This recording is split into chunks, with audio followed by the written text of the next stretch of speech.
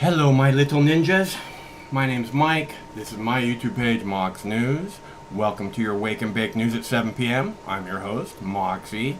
And I know there's only a couple people out there, but I need to have a sound check.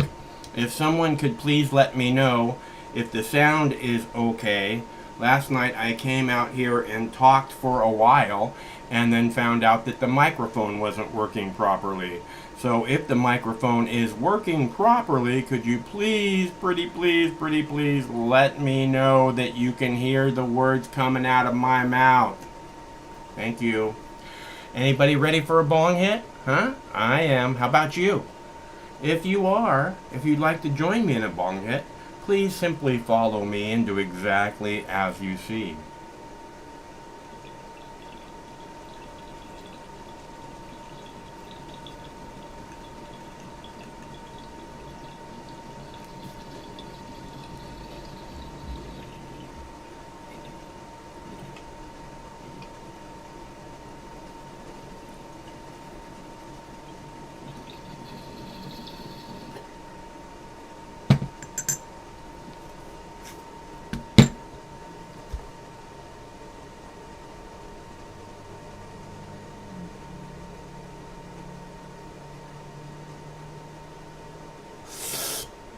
Sorry, I got a fan going.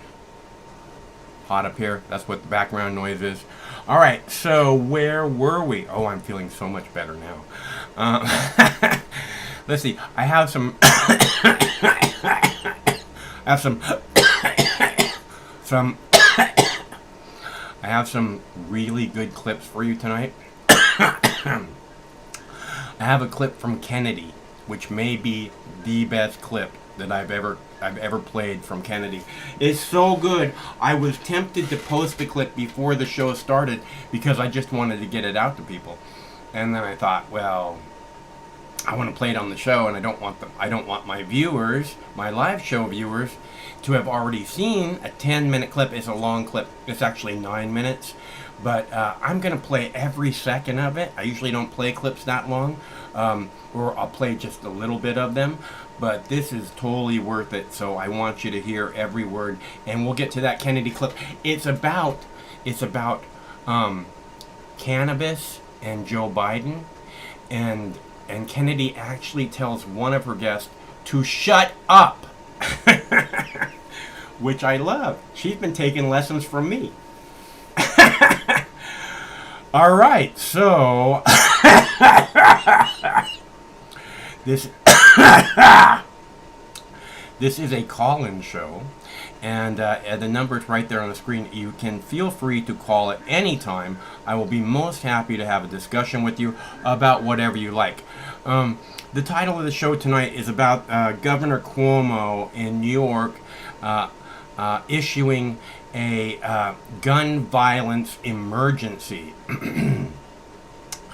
Now, the reason that they're going to use this word emergency is because then they can take away rights, right? Yeah, they can limit you, what you can do. They can create new laws on the moment. It's an emergency, people. We have to do something right now.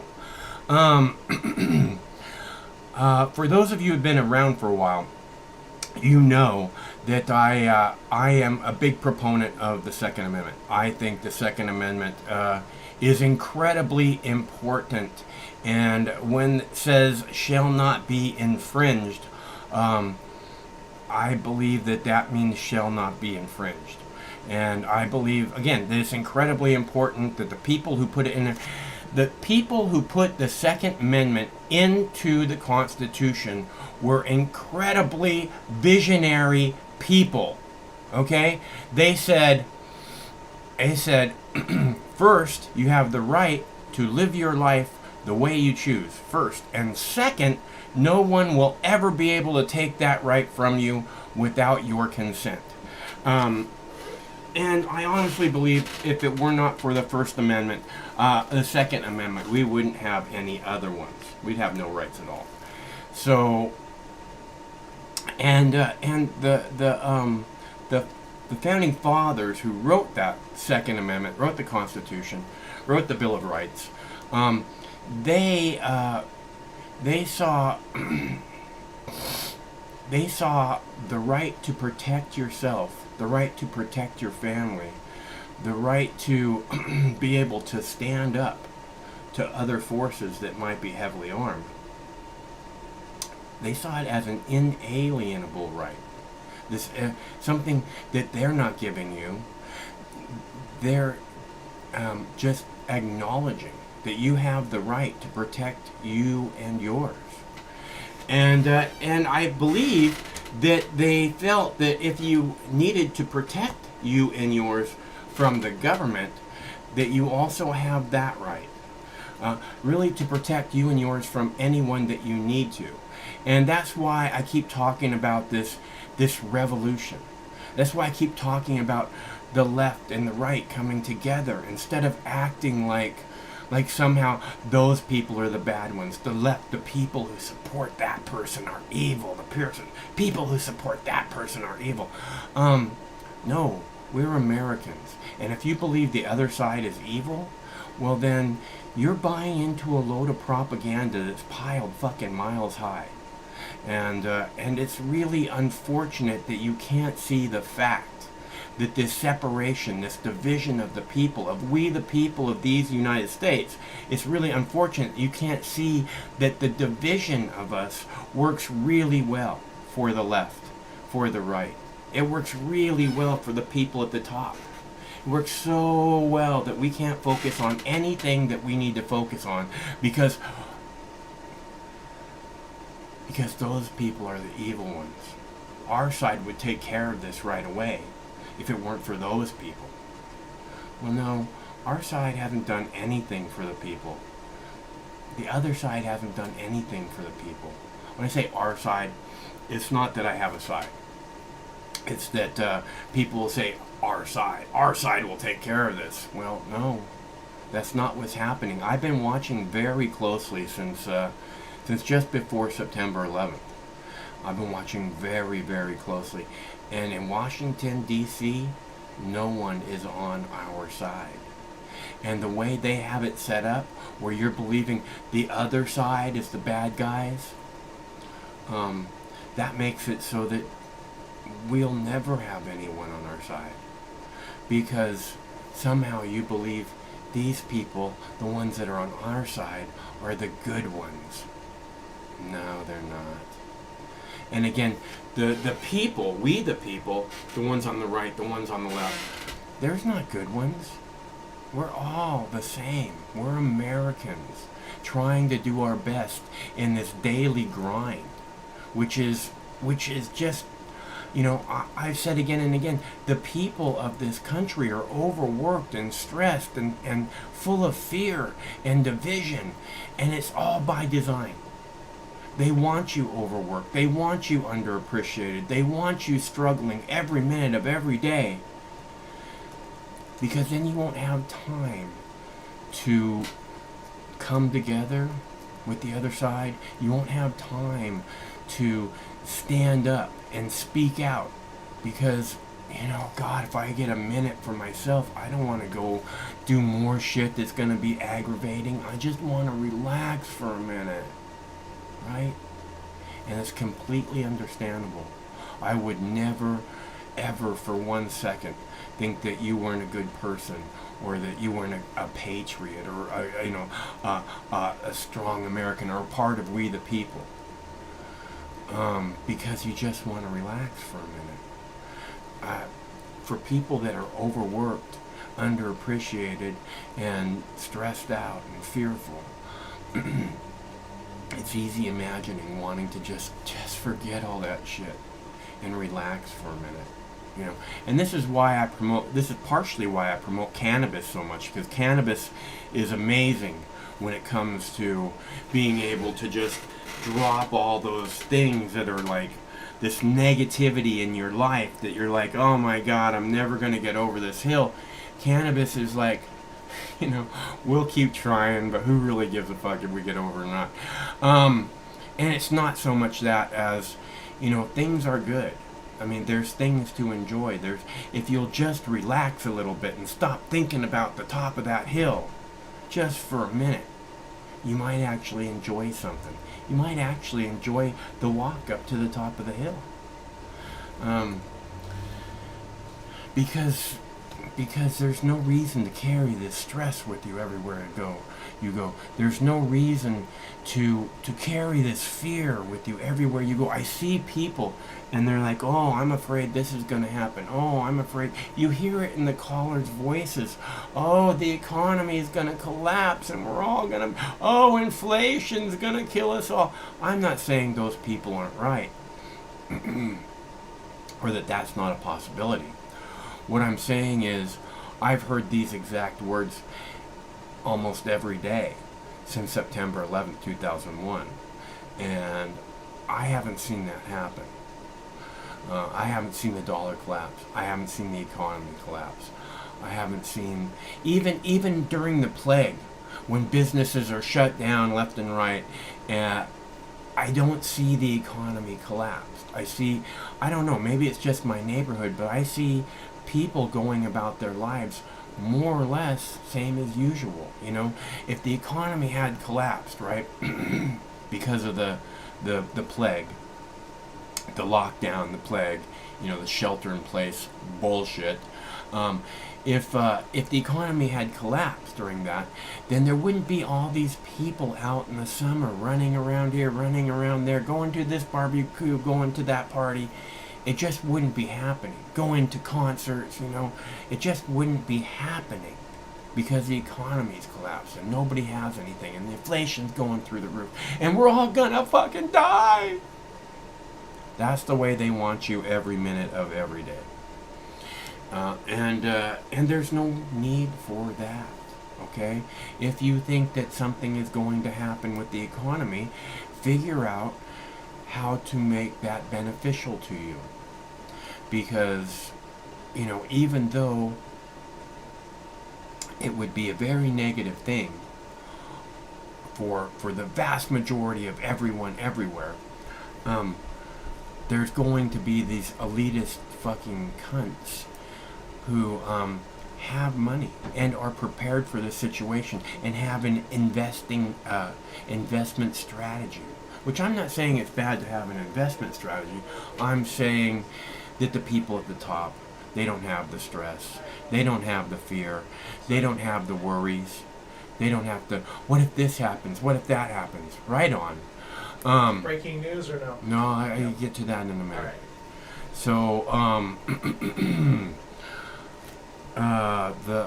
the people, as I'm saying, the people at the top, they don't have these stresses. They don't have these worries. They don't think about, what the people who do have these worries have to go through. They don't think about it at all. And the real problem is that anyone can see it. Anybody who cares can realize these things. How stressed out. Like I said, this is by design. They want you afraid. They want you stressed out. They want you overworked. They want you underappreciated. They want you basically not to have any energy to do anything because you're afraid, because you're stressed out, because all you want to do is have a fucking nap. Again, completely understandable. I'm not knocking anybody who just wants to have a nap. A nap is a good thing, and if you can enjoy that, in a lot of countries, they have an afternoon break. They don't have a lunch break, which lasts an hour or half an hour, for you to rush through a little bit of nourishment, so you can have a little more fuel to get you through the last part of the work day. That they have 2-3 hours, where they can go and enjoy a nice meal, relax, enjoy it, not stuff down everything you can and run back to your little cubicle.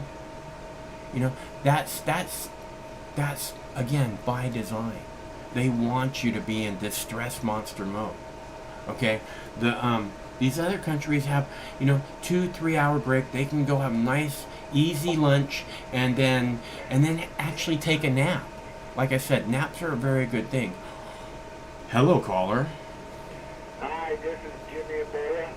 First time caller, long time listener. I just want to tell you I love your show, and we're about to embark on a vision quest, consulting many issues, and I love Steve, the Whisper Doctor Reporter, Mr. Whisper also, and he's my hero. And how you doing today? First time caller, long time mister. I don't know. Anyways,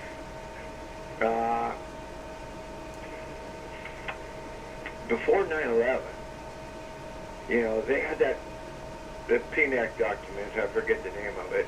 Project for a New American Century. Yeah. They had that all written up and ready to go at least a year ahead of time.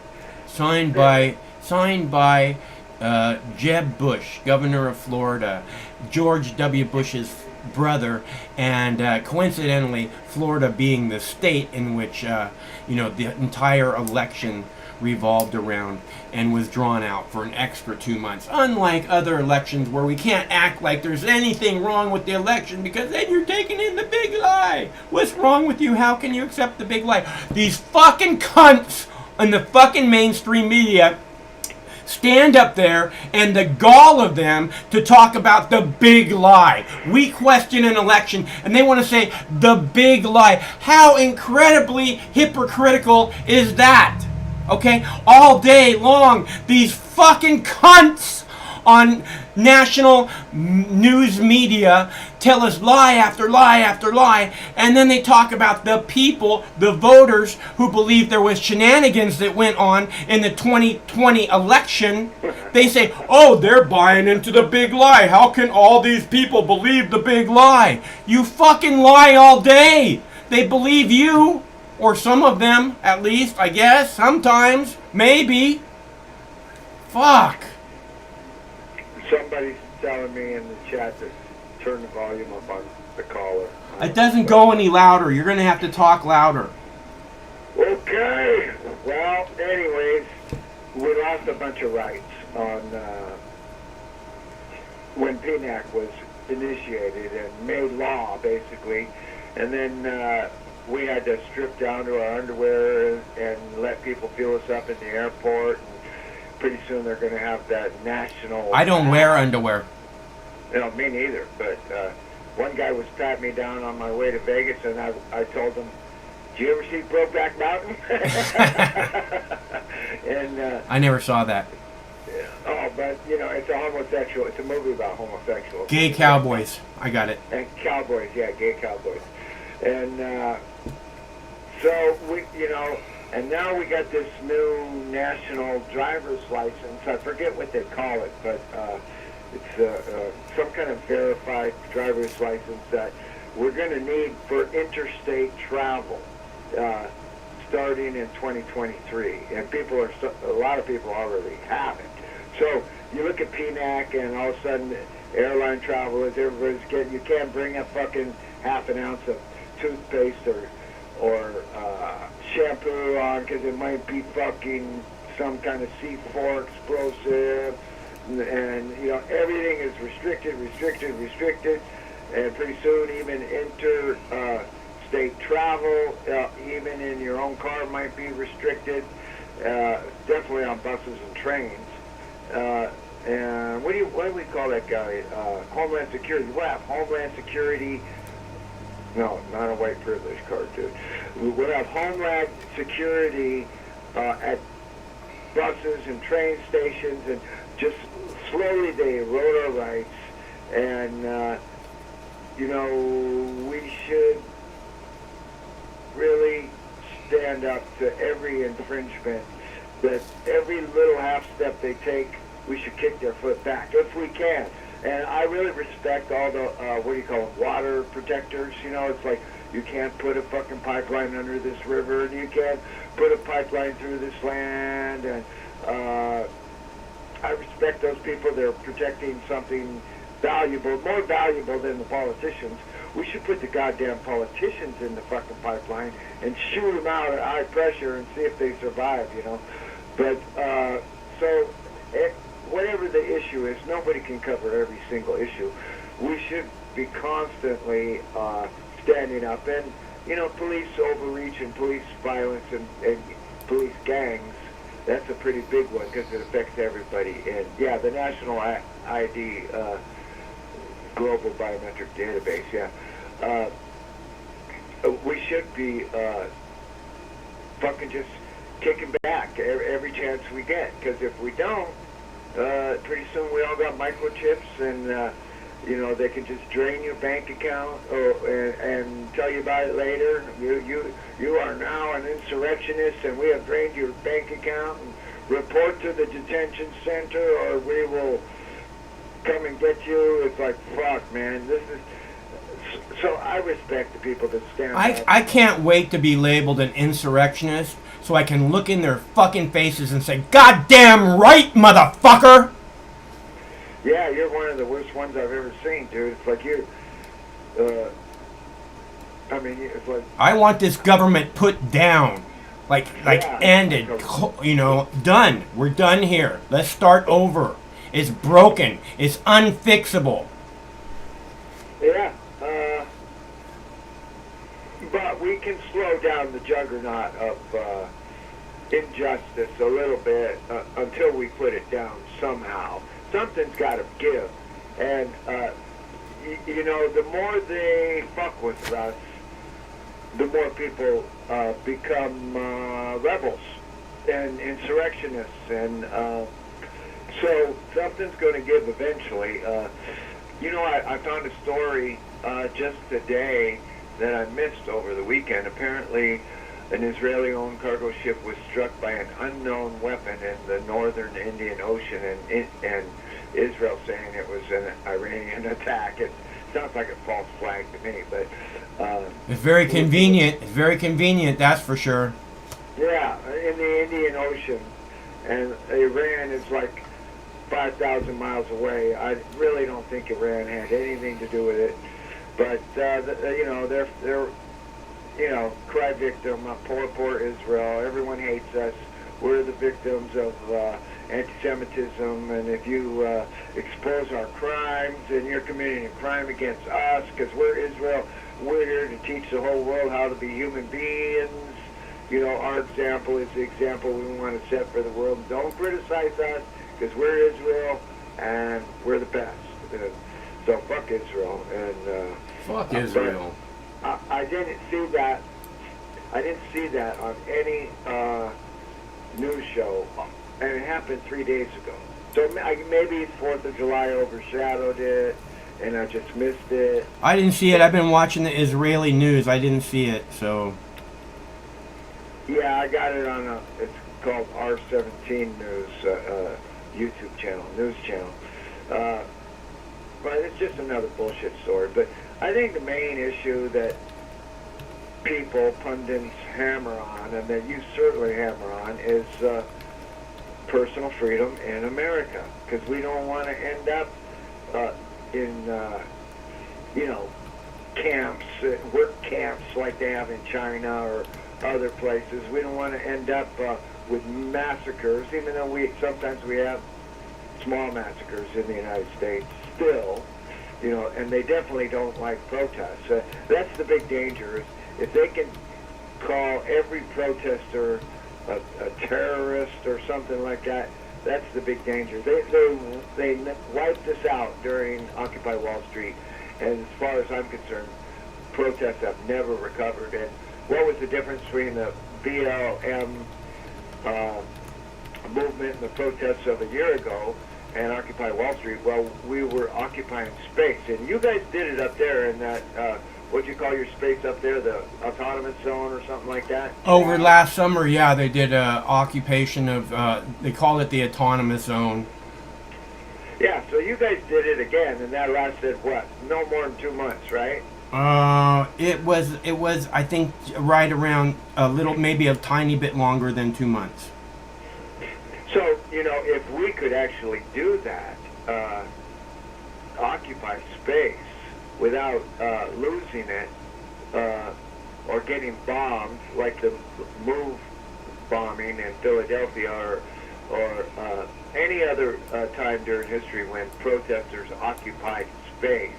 You know, they used to have sit-ins, and it's a good tactic, but they broke us at Occupy Wall Street, and it never came back. But the water protectors have done a good job. They come back, they come back, they come back. They win a legal case, they lose a legal case. One judge says yes, another judge says no. But protecting natural resources is a good thing. You know, Martin Sheen used to protest at nuclear fusion sites, you know, nuclear reactors. Yeah, I know and that. He got arrested so many times that the final judge made him a deal. He said, if I ever have to arrest you one more time, I'm going to put you in prison for a long time. And he was forced, after many years of protesting, to kind of stop that type of activism. He never stopped speaking about issues, but you know, they probably gave him 10 chances when they would really only give someone else 2, you know, because he's a movie star. You can't arrest movie stars. But yeah, that's the main thing in America, is how do we address our government? And do they still have that fence up around the goddamn Capitol building? They do. What a waste, man! It's like a third world country right now. Colombia is exploding. They are punishing their citizens. The lady that was running the other, what was that? Not Peru, but Bolivia. The lady that took charge in Bolivia after the Bolivian president fled to Mexico more than a year ago. She's now being charged with war crimes. So even if you just look at South America, it's like Colombia, which is a totally CIA-owned country, is now attacking its own citizens. And they were Colombia was trying with the CIA to overthrow Venezuela, but Maduro stopped it. And the lady whose party caused the president of Bolivia to flee to Mexico, she's now being indicted. So it's up and down. It varies from country to country. And America and the CIA is not competent enough and smart enough to control every fucking country. But they're trying. And so keep up the fight. I guess that's my message, is just keep up the fight. Doesn't even matter if it's a fight for your local cafe down the street or it's a fight for a national issue. Just whatever you can do it, and don't fall asleep at the wheel and say, oh, somebody else's problem. It's all of our problems, you know. So thank you, Michael. You're night after night, this endless, boring diatribe of fucking one-liners, one after another. But behind it is a guy that really cares about issues and the people. And the people, and that's what it's about. It's about people. If you don't care about people, you might as well go set up a camp on the moon where there's no people, okay? Because people live here on this planet. People own the planet. We're supposed to be shepherds of the planet, and it's not governments that should be running things. It should be the people that run things, because the people are going to take care of their own interests, and obviously the government does not care about our interests.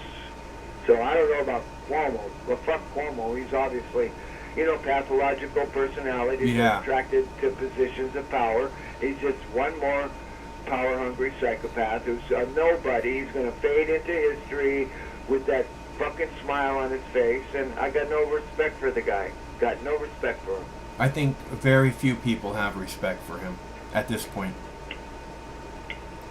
So how you doing, dude? How's the weather up there? Still hot?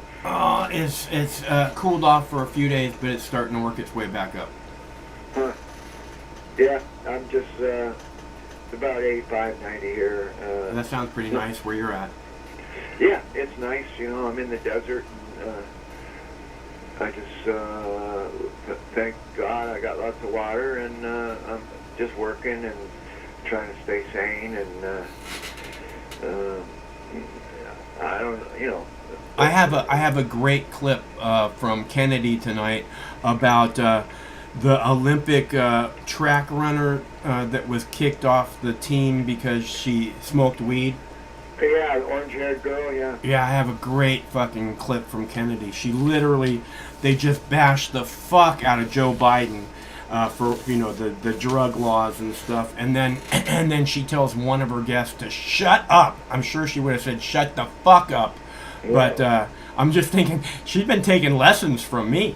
Well, you know, I think that whatever the name of that committee is that oversees drugs in sports, I think there's a committee that oversees all the drugs in all of the sports, whether it's basketball or track. Yeah. They've already determined that marijuana is not a performance-enhancing drug. I don't know that that's true. I really don't know that that's true. That it is not a performance-enhancing drug. I think that it is, because I'm an athlete, and it certainly adds to my performance. But I hear a lot of long-distance runners are using it now because it helps them get right in their zone, and from what I understand, it allows them to run longer and faster. Yeah. Well, that's why I was surprised to hear that whatever the name of that committee is said, apparently, that it is not a performance-enhancing drug. So if it's not, what's the fucking issue? You just don't like people who smoke weed, or what's the deal? It's not that is someone with fucking pink hair and 4-inch long fingernails is not the image the United States wants to portray. What do you new? What was the name of that basketball player that went to North Korea and he had a nose ring on and tattoos and orange hair? Rodman? Huh? Rodman? Yeah, Dennis Rodman. Like, he was so far out in the way he looked, and you know, I actually liked the guy. He just didn't give a fuck. And this girl, this orange-haired track runner, she's the way athletes should be. It's like, I'm an athlete, I'm going to do my thing, I can wear fucking pink ribbons in my hair.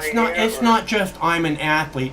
I am the motherfucking fastest woman in the world. And if that's not fucking good enough for you, suck my motherfucking dick. And I'm pretty sure she spelled it out to at least a couple people exactly that way.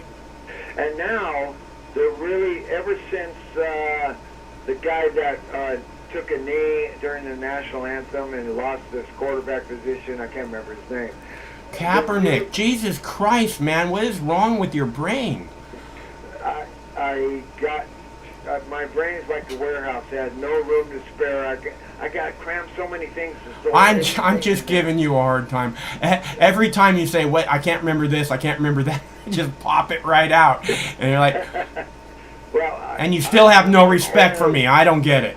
I'm old, so but you know, it used to be okay to not put your hand on your heart and say the Pledge of Allegiance. It used to be okay to take a knee, and there's this other black chick, along with the orange-haired track runner, that turned away, and she's getting all kinds of flack for it, and it's like, what the hell? Well, again, this is okay. She's there to represent the United States, not at the Olympics. Is that where it is? No, it's an Olympic trial thing. Okay, so if she's there to say, "Hey, I want to represent the United States," and then she turns away from the flag, that's kind of, I don't know. That's just a very. It doesn't seem like it's, like it's a real standpoint. Oh, I want to represent the United States, but I hate the flag. I hate what the United States represents, but I want to represent the United States. Give me a fucking break. Well, some fucking important person way back in history said the most patriotic thing that a person can do is argue with their government and protest wrongs that are done to their government. So Thomas Jefferson said the most patriotic. Let's see, what did he say? He said the most the highest form of patriotism is dissent. That's right. Yeah. So, and the reason he said this is because you have the right to dissent. It was given to you. It was set in stone. This is what I keep telling you. We have the right to overthrow this government. It's set in stone. And not only is it set in stone, dissent, it would be the most patriotic thing we could possibly do, is overthrow this goddamn over-intrusive police state, comply or die police state, piece of shit of government. That would be the most patriotic thing we could possibly do. So get on the fucking page, people. Yeah, I'm all for. Definitely a dissenter. I am disinclined to acquiesce to your request, Mr. Government. You know, I'm a dissenter. So I agree with Thomas Jefferson. The highest form of patriotism is dissent, and I'm a dissenter, and I'll argue with people in positions of power. I'm about to go and fucking. He said dissent is the highest form of patriotism.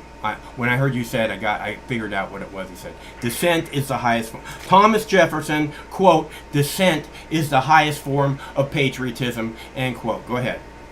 Yeah, I agree. And I'm looking at the fucking globe behind you, man. It looks like there's so much fucking HARP weapons hitting the clouds behind you. It's like, man, it's almost like tic-tac-toe. What the fuck is going on with that? All the fucking chemtrails or whatever it is. It's like, man, they are hitting certain areas with the HARP weapon. You can tell by just the lines in the clouds right above your head, dude. It's like, what the fuck is that? I've noticed that. HARP is a weapon that is a way that the government can control the weather. For those of you who don't know, it's considered to be a weapon. The government has never acknowledged that it exists. Go ahead. Yeah, well, it bounces high-intensity electromagnetic signals off of the stratosphere and can hit anywhere on the globe. It's a ricochet shot, you know. So whatever it's for, I don't know, but it's funky. If you run that fucking, you got that globe on a loop. If you keep running it, those lines in the clouds, that's evidence that a HARP was being used on that area. But anyways, I'm a dissenter, and fuck the government. You don't have the right to fuck with the weather. You don't have the right to fuck with DNA through vaccines. You don't have the right to fuck with biological, weapons in a laboratory and then unleash it, accidentally or not, on the public. You don't have the right to infringe on our rights. Fuck you if you're against the Second Amendment. That's the one thing we got that is going to get in your motherfucking way, Mr. Government. I mean, you try it. You bring the National Guard in, and then you see what happens. So fuck them all. Fuck all the fake rulers, and yeah, man. And I'm going to be free no matter what. Yeah. You're going to have to throw me in jail to make me not free. Going to have to strap me naked to a board, motherfuckers. You want me to stop being free? That's the only way it's going to happen. Hey, I got to take a break, Mike. All right. Remember Abu Ghraib, man. Abu Ghraib. Okay, it's good to hear from you. I'll talk to you soon. Take care. Okay, so I wanted to point out, Craig just brought up white privilege cards. He just got these in the mail. We got 15. He ordered 20 of them, but he has to give one to his dad, and he has to give one to his business partner, and he has to give one to his employee, and he has to have one. And so we got 15 of them. White privilege card right there, 45, 45, 45. What's it say? It says, member since birth, good through death, scot-free. In case you guys don't remember, here we go. Let's see. Trump won the election. Among the suspect's possessions, this is real, a white privilege card. I want you to take a look at this. It's a fake white privilege credit card. Subtitle, Trump's everything. The card holder, scot-free, with 2 T's. Scot-free is actually spelled with 1 T, but, you know, 2 T's on that card. That one piece of evidence, an insight into the man's state of mind, that he can get away with anything because of his skin color. His lawyer said... Guy's an idiot. So anyways, we have wonderful white privilege cards for anyone. We got 15 of them. Anyone who donates $10 this week will receive a white privilege, a Mox News media package, including Mox News business card, Mox News stickers, and a Mike Hawk for President postcard, which includes the top 5 reasons to vote for Mike Hawk. And of course, a white privilege card. Trump's everything. And if you'd like one, again, anybody who donates $10 for beginning a Mox News media package and their own white privilege card. We have 15 of them to start with. Craig said we can always order more. So if this goes well, if you want a white privilege card, we have some. We're ready to send them out. $10, $10 donation, and we'll send you a Mox News media package, including your own white privilege card. So I know some of you would like to have that. I'm going to play the Kennedy clip now that I've been talking about, because it's an excellent clip, and I want the people who show up, you know, early to be able to get that benefit of seeing this amazing clip. This may be the best Kennedy clip I've ever played, okay? And you know I really like her work. Not all of it, but some of it is great. And this is one of those ones that's top of the list. It may be, like I said, the best clip I've ever played from Kennedy. And she's talking about, she just fucking destroys Joe Biden with his drug war bullshit. That she talks about him ruining the lives of millions of people. And it's really good. And then she tells one of her guests to shut up, calls him an idiot. Is fucking great. So I want to play that for you, and I'm gonna do that right now while I go to heat up my tea. It's a long clip. It's gonna last like 10 minutes. Well, it's actually 9 minutes long, and I want to play every single minute of it for you because it's so good. Otherwise, you know, the long clips generally I cut them short, but this one's 9 minutes and it's totally worth it. So I'll be back in just a few. I hope you enjoy this as much as I do. We expect a lot from our Olympians. We want them to be strong, fast, and marketable, and we want them to be dripping in gold medals, just like we like them. If they can achieve these things, then they are beloved and set for life. Sha'Carri Richardson is all this and more. She's physically gifted, incredibly hardworking, beautiful, interesting, and honest. She's also considered to be the fastest woman on the planet and was the odds-on favorite to win the gold medal at this year's Tokyo Olympics in the 100-meter sprint. Well, that's not going to happen now because some arbitrary anti-doping rule that got her suspended and booted from that race, which she won at last month's track and field trials. She could have competed in the 4x100 relay, but the idiotic USATF, the governing body for track and field in this country, told her to eat glass and left her off the team. Bunch of jerks. Richardson tested positive for marijuana. And she didn't give some phony baloney excuse about eating a pork burrito or using some accidental ointment. She owned it. She apologized, gave an explanation. She found out from a reporter her biological mother had died, which triggered her anxiety and left her nerve shocked. And she is now trying to move forward. The trials were in Oregon, where recreational cannabis is fully legal, as it is in 18 states plus D.C. What was she supposed to do? Punch a horse? Pull down a statue? Drink a gallon of bathtub gin? She smoked a little weed, which the U.S. Anti-Doping Agency admits occurred outside competition. The anti-doping squad exists to make sure people aren't spinning their blood or taking steroids that make them bigger and faster. But even USADA admits THC, the psychoactive ingredient in marijuana, is not a performance-enhancing substance. THC is banned because it is categorized by the doping Gestapo as a substance of abuse.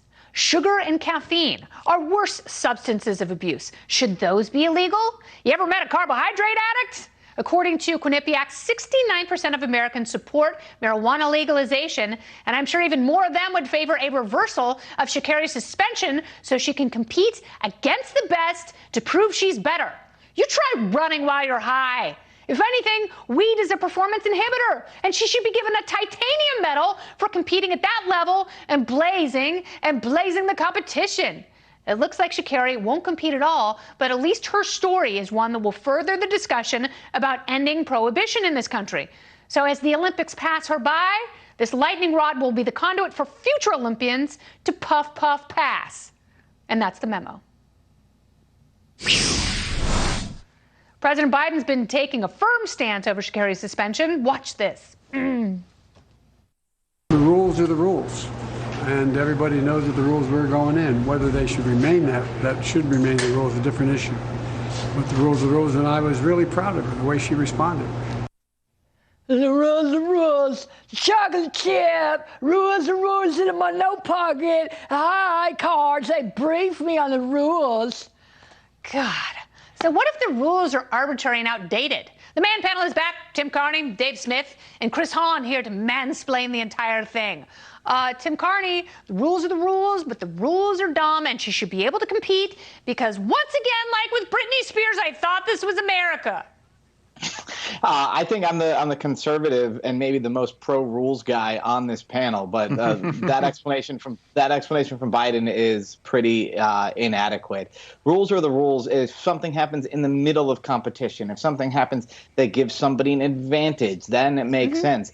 If you decide that this rule that was broken not only is unjust, but also nobody else would have gotten an advantage if they had gone ahead and broken this rule. There's actually a rule in soccer. I don't know if you've been watching. The Europeans have been playing soccer, where if you commit a penalty, but the penalty doesn't help you, that it doesn't end up getting called.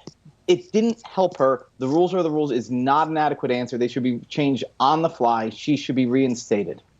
I agree completely, but the USATF left her completely off the team, so now she can't even compete in the 4x100, which is so lame, Dave Smith, because she probably would have been faster if she hadn't gotten high. Yeah, well, that's for sure. And it's not just punishing her, right? It's punishing all the women who are competing, because now whoever wins kind of has like an asterisk next to their victory because she was really the favorite. So it's punishing everybody and robbing them of their shot. But the thing that's so infuriating about Joe Biden having the nerve to say the rules are the rules is that Joe Biden is the living archetype, the architect of the war on drugs, the most influential member that is still around today. And I understand this isn't a law, but to act like these rules aren't influenced by the last 40 years of American federal legal policy on marijuana would be absurd. Joe Biden in the 80s challenged Ronald Reagan from his right. He partnered up with Strom Thurmond to challenge Ronald Reagan for being too soft on crime. He was Joe Biden was bragging about throwing the book at every minor drug offender throughout the 80s and the 90s. Dave. No, Chris Hahn Joe wants Biden, you to speak out. Please, Joe Biden has please, evolved on this issue. No, he hasn't. Joe Biden has evolved on this issue. Tell me where Kristi Noem is and other right-wing conservatives in this country. Kristi Noem's not president. I'm not a right-wing conservative. I think Joe Biden is in favor of legalized marijuana, as is the entire Democratic establishment in this country. So let's be clear. No, he's not. Let's be clear on that. The mainstream establishment of the Democratic Party. He will not reschedule marijuana, and you know that. Right. By the way, Chris, who I wrote didn't the Drug say Sentencing Act? Chris, I didn't say this is his current position. He has evolved on it. Right. Chris, I didn't say this is his current position. You just want people to love you. Please love me. Let me hit Joe Biden. Please love me. Look, this woman should be allowed to race. Chris, what are you saying? Are you having a breakdown? That means nothing. Chris, you're literally saying nothing. I didn't claim that this was his current position. I'm saying he is responsible for what he did in the past. And what he did in the past is evil. He enslaved millions of people. That means something. That may not mean anything to you, but it does mean something to me. me. And I'm sorry if more people like me. That's not my problem. And Dave, I agree that his position in the past was wrong. He has evolved on that position. Is it disqualifying from being president? Saying, hey, he's not here's satisfactorily a way for me to appeal Absolutely to people not. who watch Kennedy. He could speak up right now for her. And are you out of your mind? Dave Smith Chris, has some of the most round. consistent and authentic positions on freedom and liberty of anyone in media. He does not have to come on this show or any other show and pander to anyone, unlike you, because you are peddling falsehoods right now about Joe Biden. I would like and he to is see the reason that communities of color the same have way been he takes on the decimated. left. I've been doing TV with Dave forever. I've never seen you take on the left, on the right once, Dave, not once. Chris, shut up for a second. That is such hold on, Kennedy. Can I just for 1 second? Kennedy, for 1 second. Donald Go Trump back should be and in watch prison my for war monologue on crimes. Kristi Noem, you Hold on. hack. Let me just say this real quick. I'm Donald Trump should be in prison for war Shut crimes up. for what he did to the people of Yemen. How's that for taking on the right? You're just defending your Democratic president. Good. I actually stand on principle. You're like, what do you stand against the Democrats on? Call me out like that. I'm sorry. I stood against people calling out the Declaration of Independence in the first act of this show. No, you didn't. Oh, wow. So I don't know what you're talking that's about. So I have so stood up brave, to my Chris. party on numerous occasions in this media and in other places, and I will continue to do that. The Republicans aren't my I don't party. sit here. I don't don't come care on about here to the make. I Republicans. tell the I truth hate them. as I see it every time I come on the air. You come on here Dave, to fart out single talking time. points. It's a pretty weak way to that's what I'm defend the doing. president I'm of the United talking States to say that the governor of North Dakota did something about as bad is pretty weak way to defend the president of the United States. Yeah, really. Well, wait till we get to critical race theory. The people of South Dakota voted to legalize marijuana, and Kristi Noem is fighting right now to break that down. And we have spoken out she's against done her something bad. vociferously. And we're against that. Dingbat. If you Good. watch the show, if you're going to pick it apart, idiot. Meantime,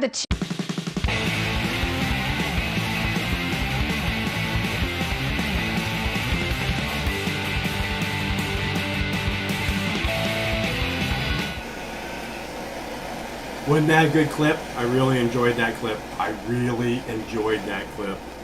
Come out here to fart talking points. I gotta cut that clip out. Come out here to fart talking points. She's awesome. Idiot. I don't call people idiots generally. I can't remember the last person I called an idiot. That was a caller. Can't remember the last caller that I called an idiot. I don't know. Maybe. But I loved her doing that. Like I said, they fucking grilled Joe Biden on that clip. And not only did they grill Joe Biden, Kennedy showed that she is not there to take shit off nobody. I need another bong hit, so if anybody wants to join me, I am preparing that right now, and I will be ready momentarily. That being said, let's see, what do we have here? We have, I have more clips. I have clip from, I have clips about this gun thing, this gun emergency that's being declared by Governor Cuomo in the state of New York, which these people are just like opportunists, this so-called, gun violence emergency, I don't see this as something new. This has been going on a long time, and what you'll hear in the clips that I'm about to play here momentarily, if we don't get a caller or two, what you will hear is that, just a second, excuse me while I whip this out.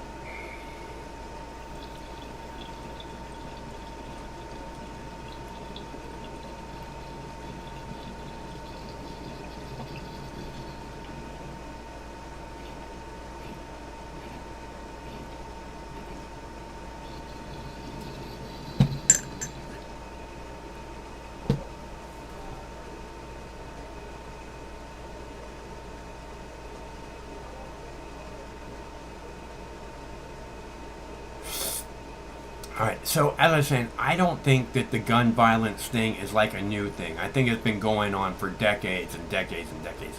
Being a proud, outspoken proponent for the Second Amendment, I don't think it's something new. That being said, a huge part of this gun violence that they're talking about is going on in Chicago, which is a gun-free zone, in New York City, which is a gun-free zone.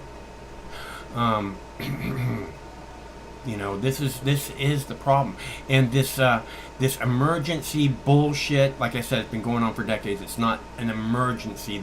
They've had all decades to deal with it. Now all of a sudden, it's an emergency. It's not being, again, viewed properly. Cuomo, governor of New York City, it's a no gun zone, right? Gun violence. Of course, the people, the good, the law-abiding citizens wouldn't carry a gun in a no-gun zone. In fact, I remember a story of a woman who had driven from Kansas or something like that, and she was at the 9/11 memorial, and she walked up to a cop, and she said, I have a 9mm on me, a 9mm handgun, and I'm wondering if you can tell me where is a safe place to lock it up, because we just got here, and I didn't want to leave it in the car. So, and the cop arrested her. So again, no gun zone, gun-free zone, massive amounts of gun violence. Chicago, gun-free zone, massive amounts of gun violence. This is, and when they use these laws, when they use this emergency declaration, it only affects, again, law-abiding citizens, because people that are not law-abiding citizens don't give a fuck what your laws have to say. Duh. I mean, it just goes with the territory. Oh, we can't have guns. I guess we have to give up our guns now. Stupid. All that means is all these other people are unarmed, so we can go and bully them any way we want, because we have guns and we have bullets and they do not. And we all know that now. So, if you go to take guns away from law-abiding citizens, you leave them unprotected, because when seconds matter, police are minutes away at best. So when seconds matter, you can't count on anybody else to defend you and yours. You have to be ready to take care of business. Again, I don't own a gun. I haven't owned a gun since I was 25 or something. I have no interest in owning a gun. I know people who own lots and lots and lots of guns, right? If we're attacked tomorrow by some kind of an invading force, I would know exactly where to go to get guns. I've been trained very well on how to use guns. I have no fear of guns. You know, I don't care whose hands they're in. I remember this fucking idiot. I was trying to tell him to man up one night, and he goes and he pulls his jacket back, puts his hands on his hip, and basically brandished that he was carrying a gun on his belt. So, what, am I supposed to be afraid now? I said, pull it out. Let's see what happens. You know, because I'm not, you know, it doesn't matter to me. I'm not intimidated. I'm not going to be intimidated. I'm just going to be aware and pay attention and do whatever needs to be done. So,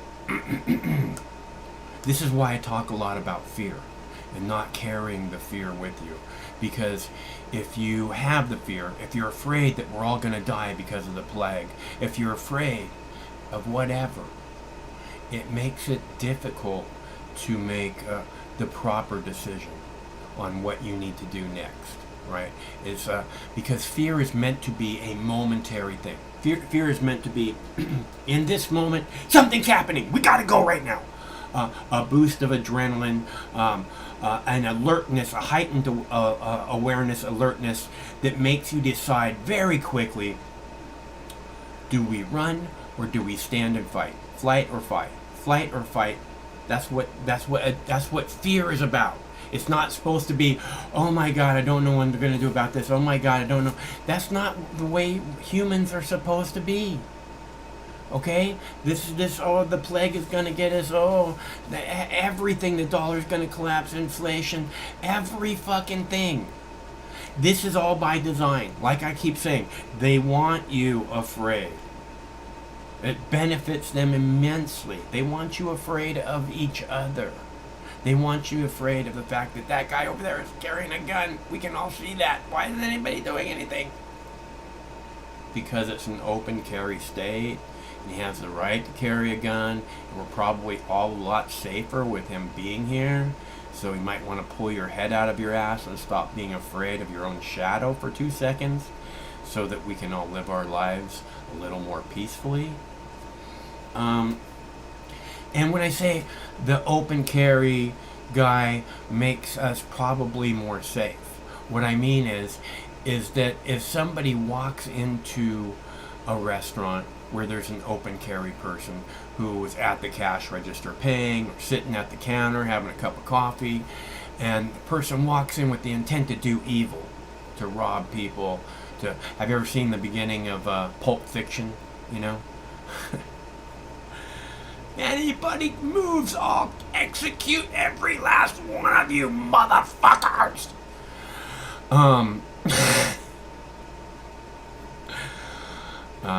Amanda Plummer. I really like her. I wonder what she's done lately.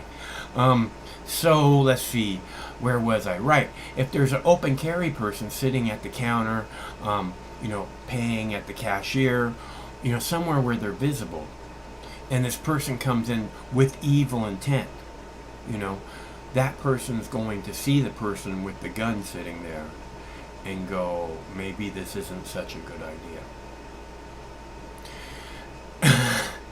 Now, a concealed weapon, I won't say is as good a deterrent. I don't think a concealed weapon is nearly as good a deterrent. If you can stop it before it starts, because someone goes, oh, that guy's got a gun, this isn't a good plan. We gotta go. If you can stop it before it starts simply by letting people know that you have a gun, how is that not the way that our society should be? It's like if these people come into the restaurant to rob the place and there's a cop sitting there. If they knew the cops didn't have guns and they have guns, it probably wouldn't make a big difference that a cop was sitting there. They'd just pull the guns on the cops and say, if you move, I will execute every last one of these motherfuckers. Right? But since they have guns, people go, people would think twice about whether or not this is a good plan. Probably think it's not. Why? Because they know the cops have guns. Someone sitting at the counter with the gun on their belt, plainly visible. Again, this is a major deterrent. They go, well, there's a gun, we gotta go. So I think I actually have a video, a monologue, telling the story. The title of the video is called The First Time I Got High, or Why I Hope You Will Support Open Carry Laws. Pretty good title, huh? And it tells the story of the first time I got high and a whole lot more. So if you want to hear the story of the first time I got high, you should go to the Mox News YouTube page and type in first time I got high. I think it's an enjoyable video. I don't think it's all that long either. And it's a little insight into who I am and what my life experiences have been. Somewhat. Not all of them, of course. But at least a few. So, where were we? Let's see. We're talking about the open carry sitting at the restaurant. Again, I think it's a good deterrent. I think that this is, taking, when they do this thing, oh my God, we have this gun violence epidemic, violence emergency. Oh my God, people are getting murdered. All this tells me is that the cops are not doing their job. And that the people need guns more than ever. Because there's crazy people running around shooting up neighborhoods. That's what, oh, there's so much gun violence. That's what I hear. How can anyone else not hear, oh my gosh, I have to be able to protect my family. I have to be prepared to protect my family. There is gun violence everywhere. I am not going to allow it to consume my family, hurt my family, destroy my family. And that's what a person should do. And I'm not saying what a guy should do. I'm saying what a person should do. A person should have priorities, okay? And those priorities, one of them should probably be protecting your family. So, again, open carry I think is beautiful. I see it. I see a movement to squash open carry states. I see a movement to limit what you can carry in open carry states. Again, all unfortunate. I love the idea of open carry, and I think it's probably the best deterrent that a community can have from crime. Best deterrent of crime a community can have, even more so than police, because again, these criminals, these people that would do something like this with evil intent, these people, they know the cops are out there. They know they will go to jail, be penalized. This is going to hurt if they get caught. That doesn't stop them from doing it. But if there was a person right there with a gun clearly visible, I bet it would make them think, at least the vast majority of them think twice. So, I'm just saying. Alright, so I guess since we have no phone call. Oh, Craig wanted me to point out that these white privilege cards, which anyone who sends a $10 donation will receive a Mox News media package and their own white privilege card. But Craig wanted me to point out that these are a hard plastic card. And that, it's not just a piece of paper. It's a hard plastic card, which is suitable to carry in your wallet. Trumps everything. White privilege trumps everything. It's fucking hilarious, people. Grow a sense of humor, will ya? Huh? That Trump won the election. Among the suspects' possessions, this is real, a white privilege card. I want you to take a look at this. It's a fake white privilege credit card. Subtitle, Trump's everything. The card holder, scot-free, with 2 T's. Scot-free is actually spelled with 1 T, but, 2 T's on that card. That one piece of evidence, an incident. What a twat. That is a piece of evidence that shows that Don Lemon has no sense of humor whatsoever. Freaking hilarious. And I bet you, this right here, if you pull it out of your wallet and you say, and you put it on at the bar where you're having cocktails, it'll either get you bought a beer or most likely get you the white privilege discount. So, I'm not saying that it will. I'm just saying that it could. So, if you'd like to get your own white privilege card, Craig says any donations of $10 or more will receive their own white privilege card along with a Mox News media package, including a My Cock for President postcard. So, $10 or more gets you, a lovely little media package. And the easiest way to donate is, there's clickable links in the text body of this video, or I'm putting links in the chat right now, or you can go to moxnews.com and make a link there. Click a link there. It should take less than 2 minutes, much less than it's going to take Craig to fucking mail this stuff, because he's the great guy who's going to do that. He's gonna put everything in an envelope. He's gonna address it. This guy is a busy businessman. Okay, busy, and he's taking time to donate his time to make that happen for you and for me and for all of our wonderful viewers. He's the reason that we have the white privilege cards. Because Craig wanted to make sure that all of you have your own white privilege card, plastic, suitable for carrying in your wallet, if that's what you would like. Because, you know, we love our viewers. We love the white privilege card. I've been playing the white privilege card for months now. For those of you that are regular viewers. And I've been playing that for months. And then Craig saw the cards, and he's like, oh, we got to get some of those. He didn't even ask me. He's like, I just ordered a bunch of white privilege cards. So he ordered 20 of them. We have 15 right now, because he's got to give one to his dad and one to some other people. So and we have 15 of them. He says if we give them all out, that he'll get more. Hello, caller. Rachel Nichols. What now? Have you heard about this Rachel Nichols story? No.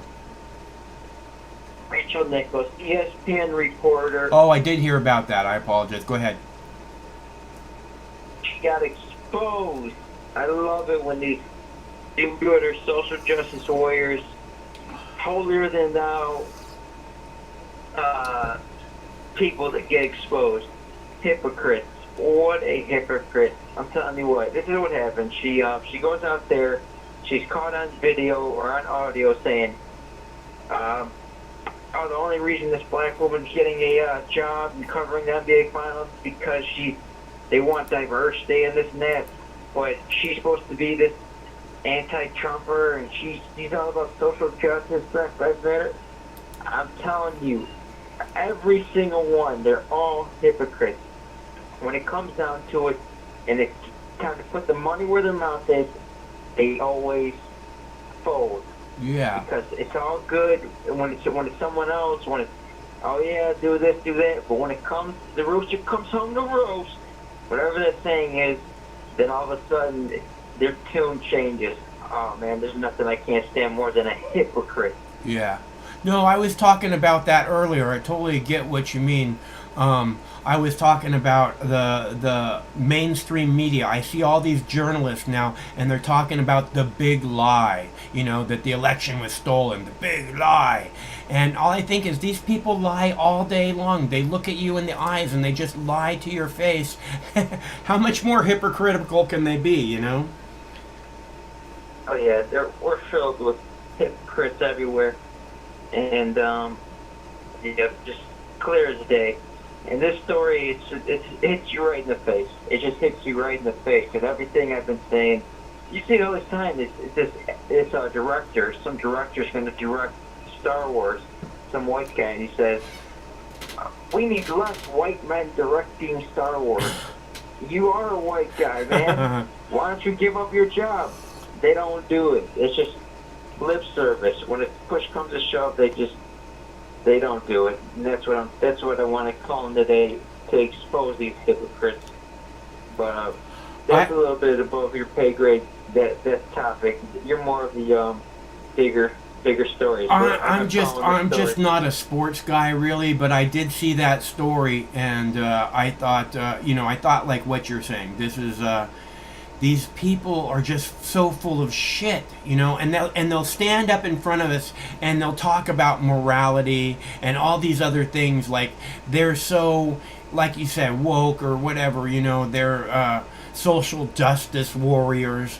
And then the truth is just them. It's like I keep saying, there's these audiences out there, the right, the left, Democrats, Republicans, and people see that, and they see an opportunity there, and then they tap into that opportunity.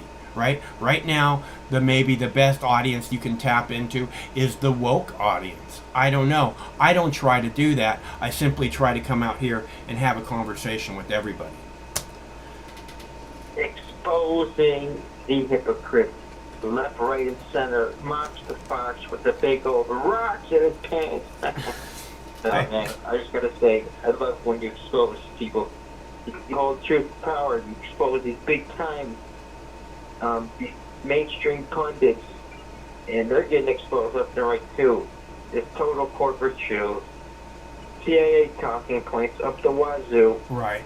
So, what else is on the on the docket? Yesterday I was talking about the Afghanistan thing, like the leaving Afghanistan, and this is another thing that exposes the media for who they are. Everybody wants to believe there's a liberal media and there's a conservative media.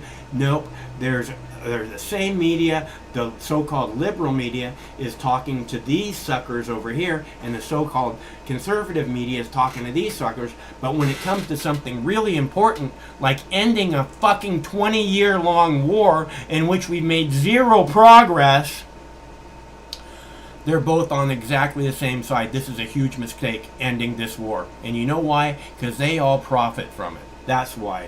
100%. I think it's deeper than that. I think it's about Zionist media. I think what's ever helped Israel when it comes to these Middle East wars, it always comes back to Israel and what benefits them. And you're absolutely right. They're both on the same page. It's funny because back in the day, it was supposed to be the left-wingers who were supposed to be anti-war. And nowadays, you got right-wingers trying to push back against the war, and the left-wingers are going along with the, Syria, we need to bomb Syria because of Assad and things like that. It's like, just everything is so much full of shit. This is why, like I was saying earlier, I was talking about how they keep calling the election, anyone who questions the election believes the big lie. And I'm just like, anyone who believes a word coming out of your fucking mouth, believes the big lie. So, whatever. And that's the other thing. When you hear them say stuff like that, they don't have to make up bullshit and talk like they're talking to kindergartners. They do that. That's part of the programming. But when they say stuff like that, it's it's this thing where, again, I don't know. I'm sorry, I lost my train of thought. Go ahead. Yeah, it's they're going to be talking about this January 6th insurrection thing for decades. They're gonna milking this. They're gonna work that. They're gonna work that for all they can, so they can keep the fencing up, so they can make all these new laws about protesting. Got that right.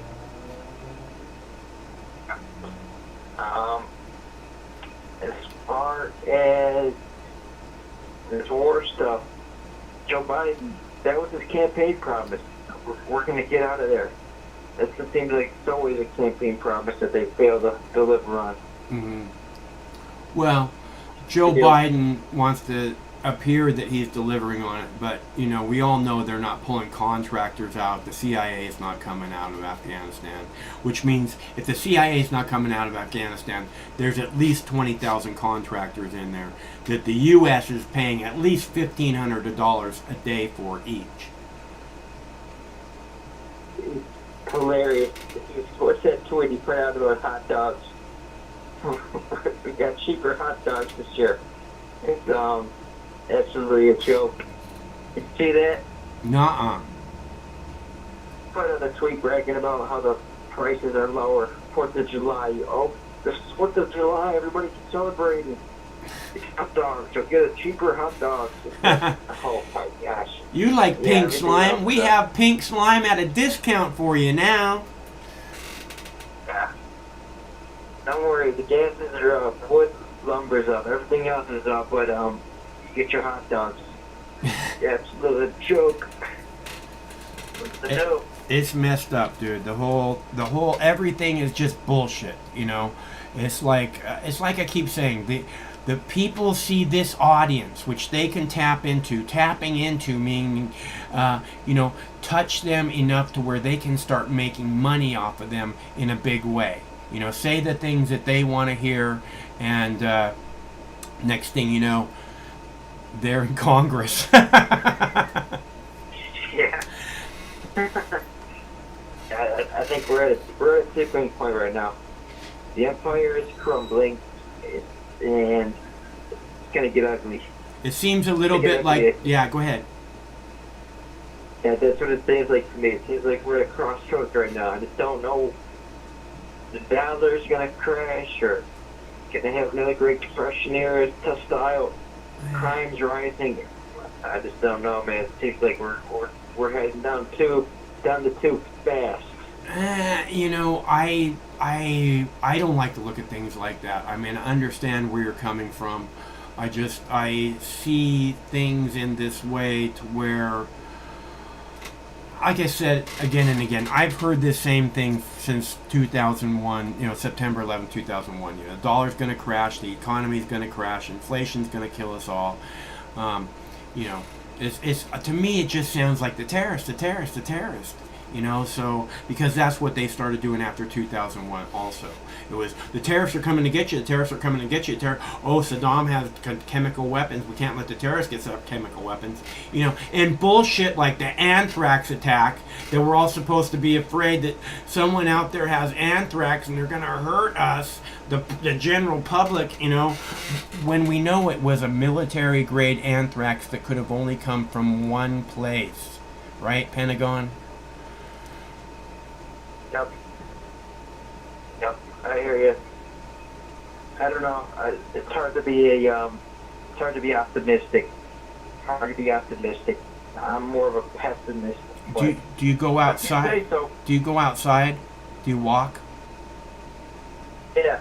Yeah. Walking and going outside and walking around and seeing, like, don't look at your phone when you walk. I see like things in the sky. I see, you know, I saw an osprey. I keep seeing this osprey around the neighborhood. I don't know if it's the same one or not, but an osprey being a giant hawk that fishes. It's a fishing hawk, and I've been seeing it for months or a couple of years. I've been seeing birds that look like this one, and you know, I finally figured out what it was in the last couple of weeks, and it's an osprey, and I'm just, I don't know, it fills my heart to know that, you know, nature is still out there like that, and, you know, living your life in kind of a pessimistic way might lead you down a more negative path, as opposed to, you know, having like an optimist. Like, I don't give up, you know, I haven't given up on the people, I haven't given up on our country, I've given up on our government, and that's because it's just too full of evil. You know, I don't want to be associated with it in any way except for smashing it into bits, which I am going to do everything in my power to see that happen. Go ahead. Smash the patriarchy. No, but I'm here on your point regarding nature. I love that. I always do that. Love going on walks, hiking through the forest. I always do that. I actually got Lyme disease. I got a Lyme rash from that. Walking through the forest. I got a bad tick bite. I actually just recovered from it, and I got the big bullseye rash. That's rough, man. That's pretty rough. You know what that is? What's that? Yes, the bullseye rash. I guess it's where the tick bites you. And I had to get on antibiotics. Cleared it off in about a week or so it wasn't too bad. But yeah, I'm telling you, when you get out there in the woods, take a walk. Please turn off your phone. You're absolutely spot on with that, because we follow all this news, this negative energy. It just gets to you. Yeah, it doesn't even have to be in the forest, really. I mean, you just turn off your phone and walk around, and you know, and like one of the constants in this universe, not this universe, I apologize, on this planet, one of the constants, and I believe it's like we come here because we want to come here to this planet, and it's like almost like a contractual agreement, right? When we come here, is that there's always going to be something right in front of you to enjoy, you know. It's just a matter of if you're in that moment and if you're willing to enjoy something in that moment. So this is what I'm saying about living your life in a pessimistic way, is that there's a good chance that you'll miss this thing that's there to enjoy. In the same way with this, I keep talking about how we're not supposed to live our lives in this fearful way, where we're constantly carrying this fear around. And I say it might make you make a misstep or a wrong, move you in a wrong direction when if you weren't so afraid, you never would have taken that direction, you know. this is again boils back to this thing about being right in front of you to enjoy. If you're afraid, there's a good chance you're never going to see this thing that's right there in front of you to enjoy.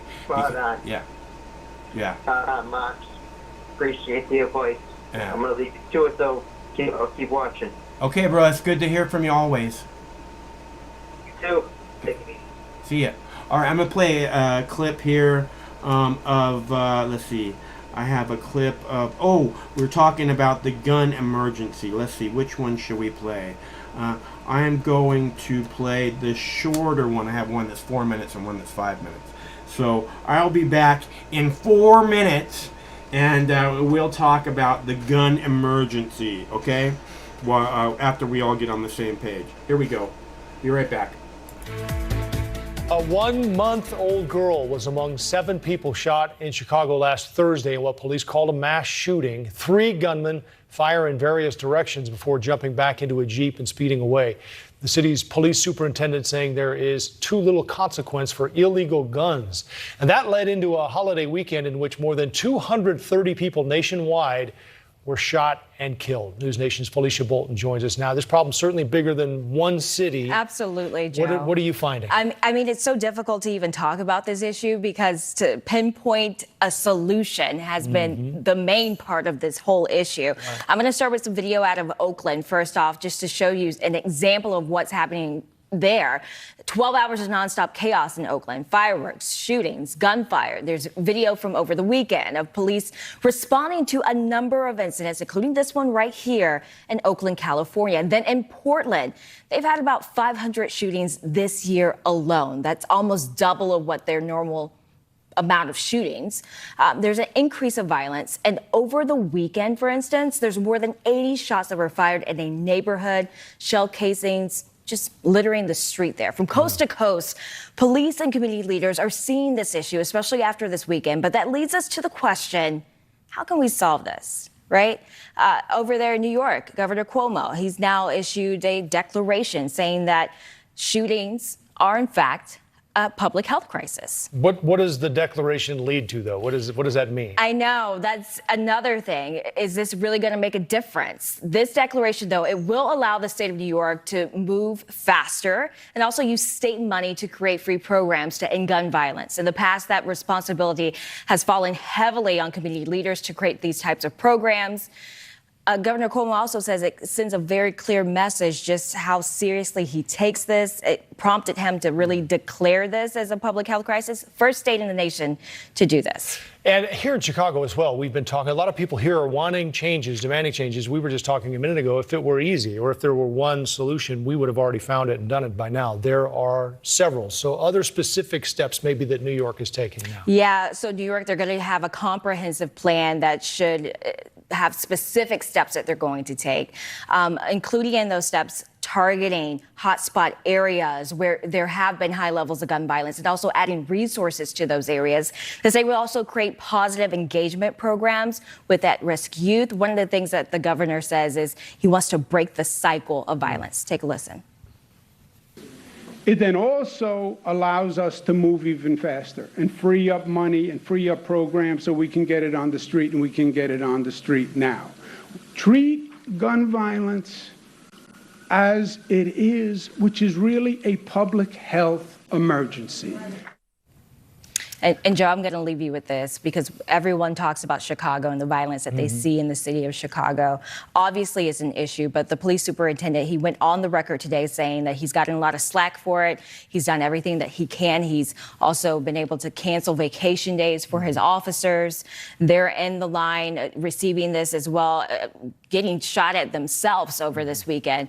He's saying that the courts should do more. The court's saying they're doing as much as they can. Mayor Lori Lightfoot, she's now speaking up, saying that she's going to come out with a plan with some details about how she can curb the violence. All right. We'll continue to follow this tomorrow right here on this broadcast. Felicia Bolton, Absolutely. Thank you.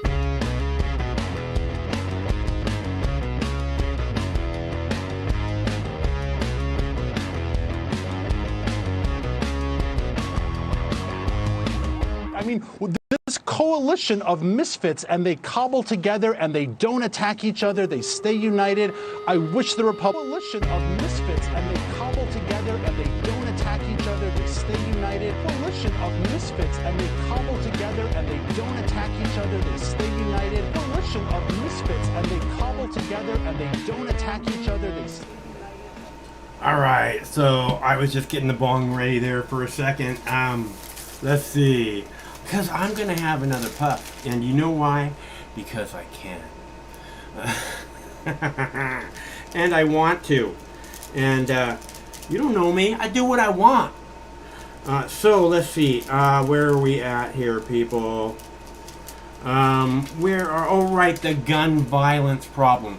Again, they act like they don't know what to do. You know, and I've already told you, I could resolve this. Just make open carry. Just make it, the United States open carry. You heard it right there. New York and Chicago. Oh, there's such problems in Chicago. Chicago is a gun-free zone. You say you say to people, oh, you can't have guns in Chicago. And then the law-abiding citizens go, I guess we can't have guns in Chicago. And then the criminals go, nobody's got guns in Chicago. We can go and fuck with all of them. So the problem isn't guns. The problem is the problem is a lot of things, but probably mostly mental health, because anybody who wants to attack someone like that is having some kind of a mental health crisis issue, because otherwise you just wouldn't do stuff like that. So follow me and do exactly as you see.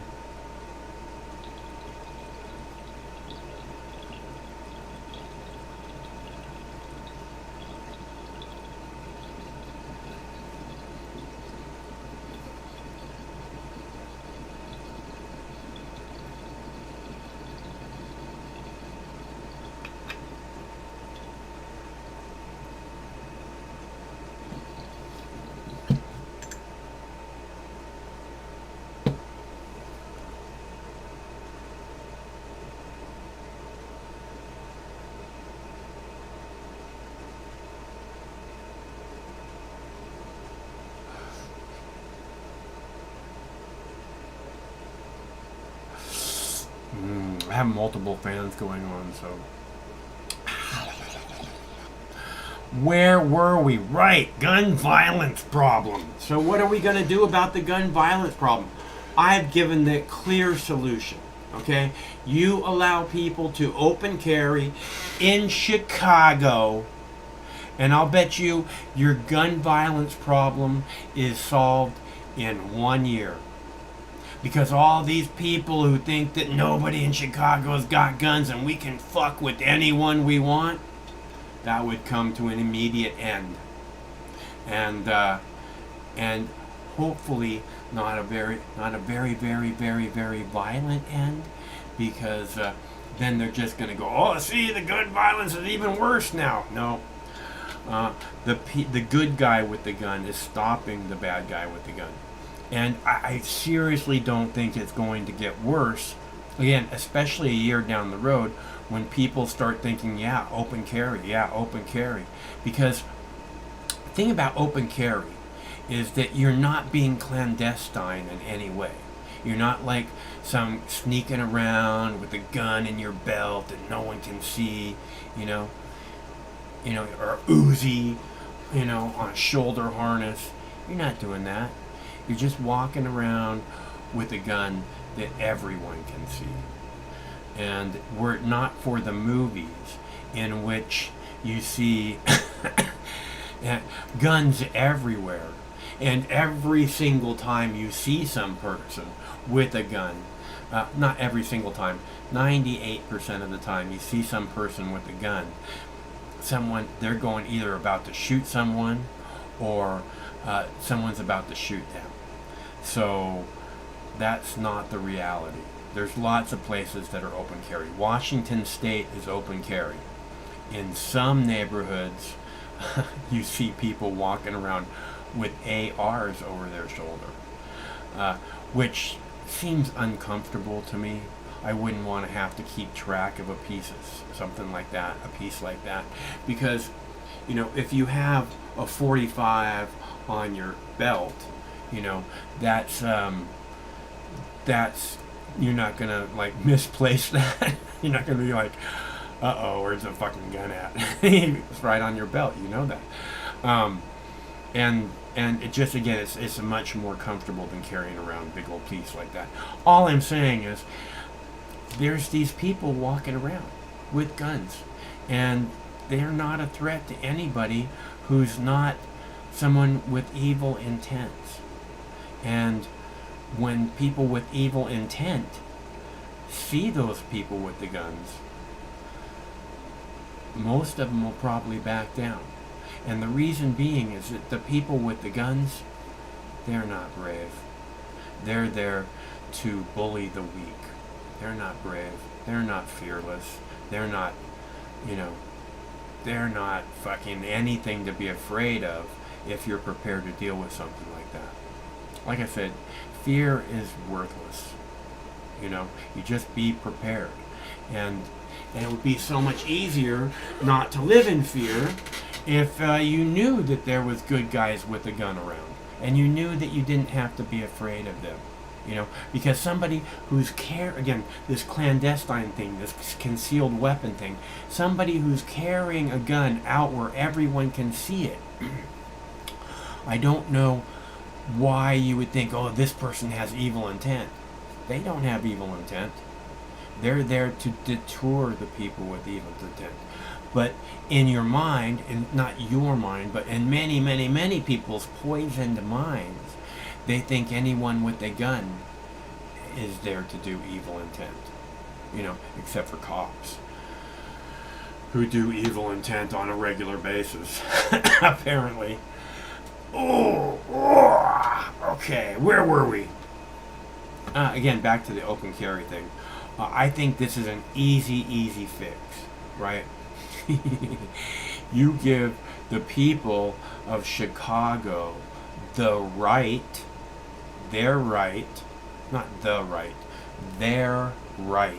because it's already their right to protect themselves and their families, them and theirs.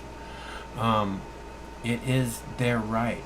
It is their inalienable right that somehow Chicago has stripped from everyone except for the non-law-abiding citizens, which allows them to do whatever they want, basically.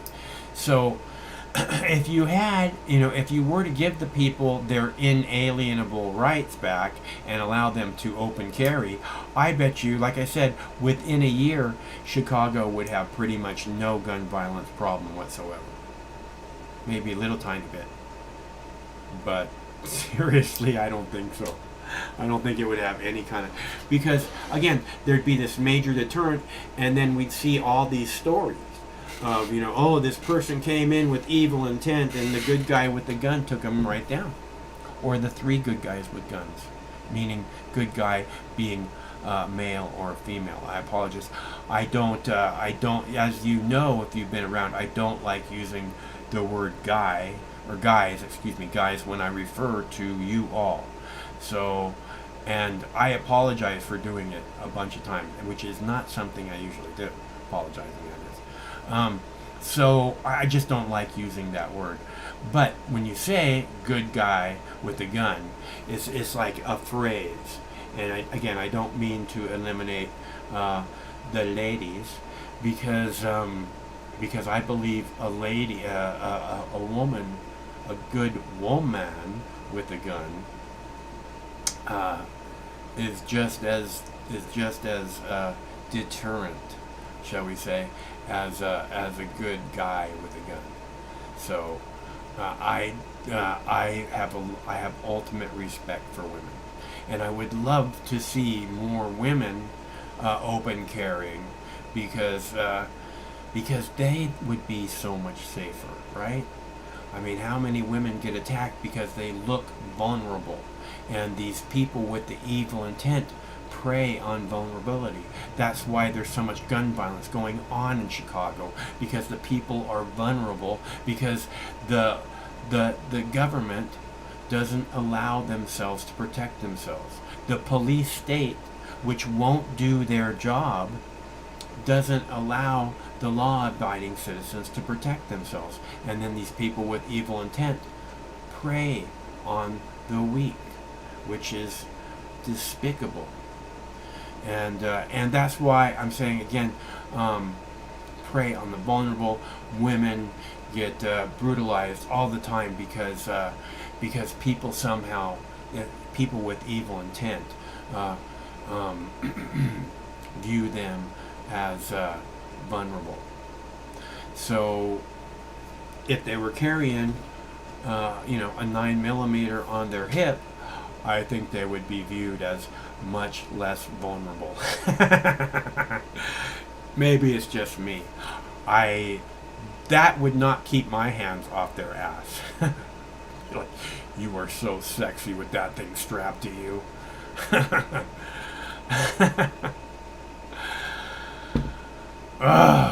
So, that being said, again, I think this is not that tough to figure out.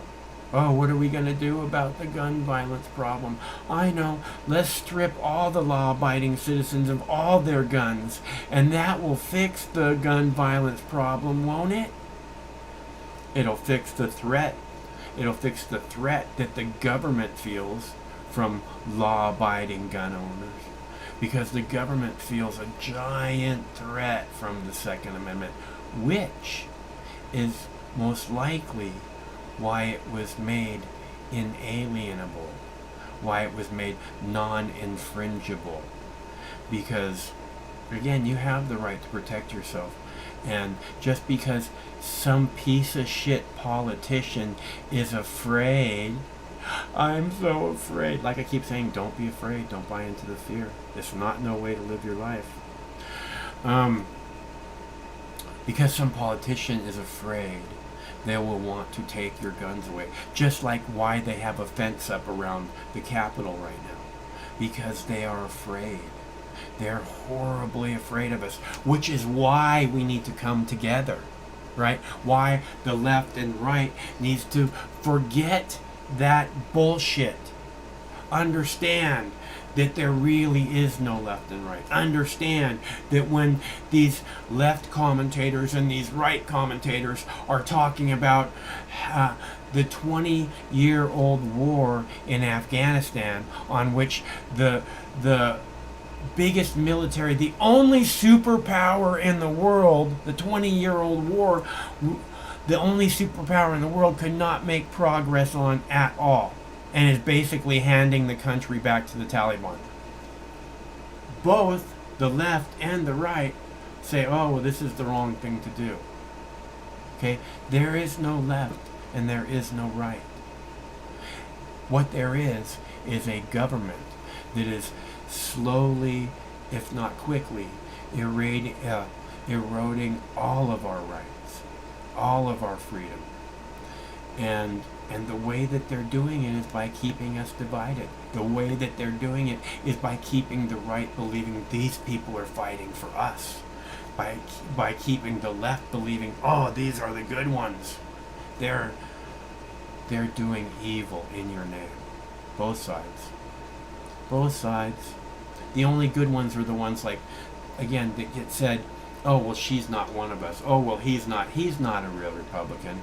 Thank God. Because fucking, who would want to belong to some fucking organization like the Democrats or the Republicans? Right? There's fewer and fewer and fewer people every year, I can tell you that. So, that's a good thing. We just have to understand that the left-right is bullshit. Okay? There's no good in our government. None whatsoever. And there's really no left and no right, which should be blatantly obvious when they talk about, oh, we can't leave Afghanistan after 20 years and trillions of dollars spent and thousands of lives lost. We can't leave Afghanistan, even though after 20 years we can't defeat people living in caves and mud huts, quote, end quote. We can't leave Afghanistan. That's the left. That's the right. That's who they are. There is no left and right. Just warmongers. Just warmongers. That's our entire government. Just warmongers. And I hate that it's being done in my name. I hate that it's being done in your name. I think that we all deserve better. Left, right, whatever. Those things are lies.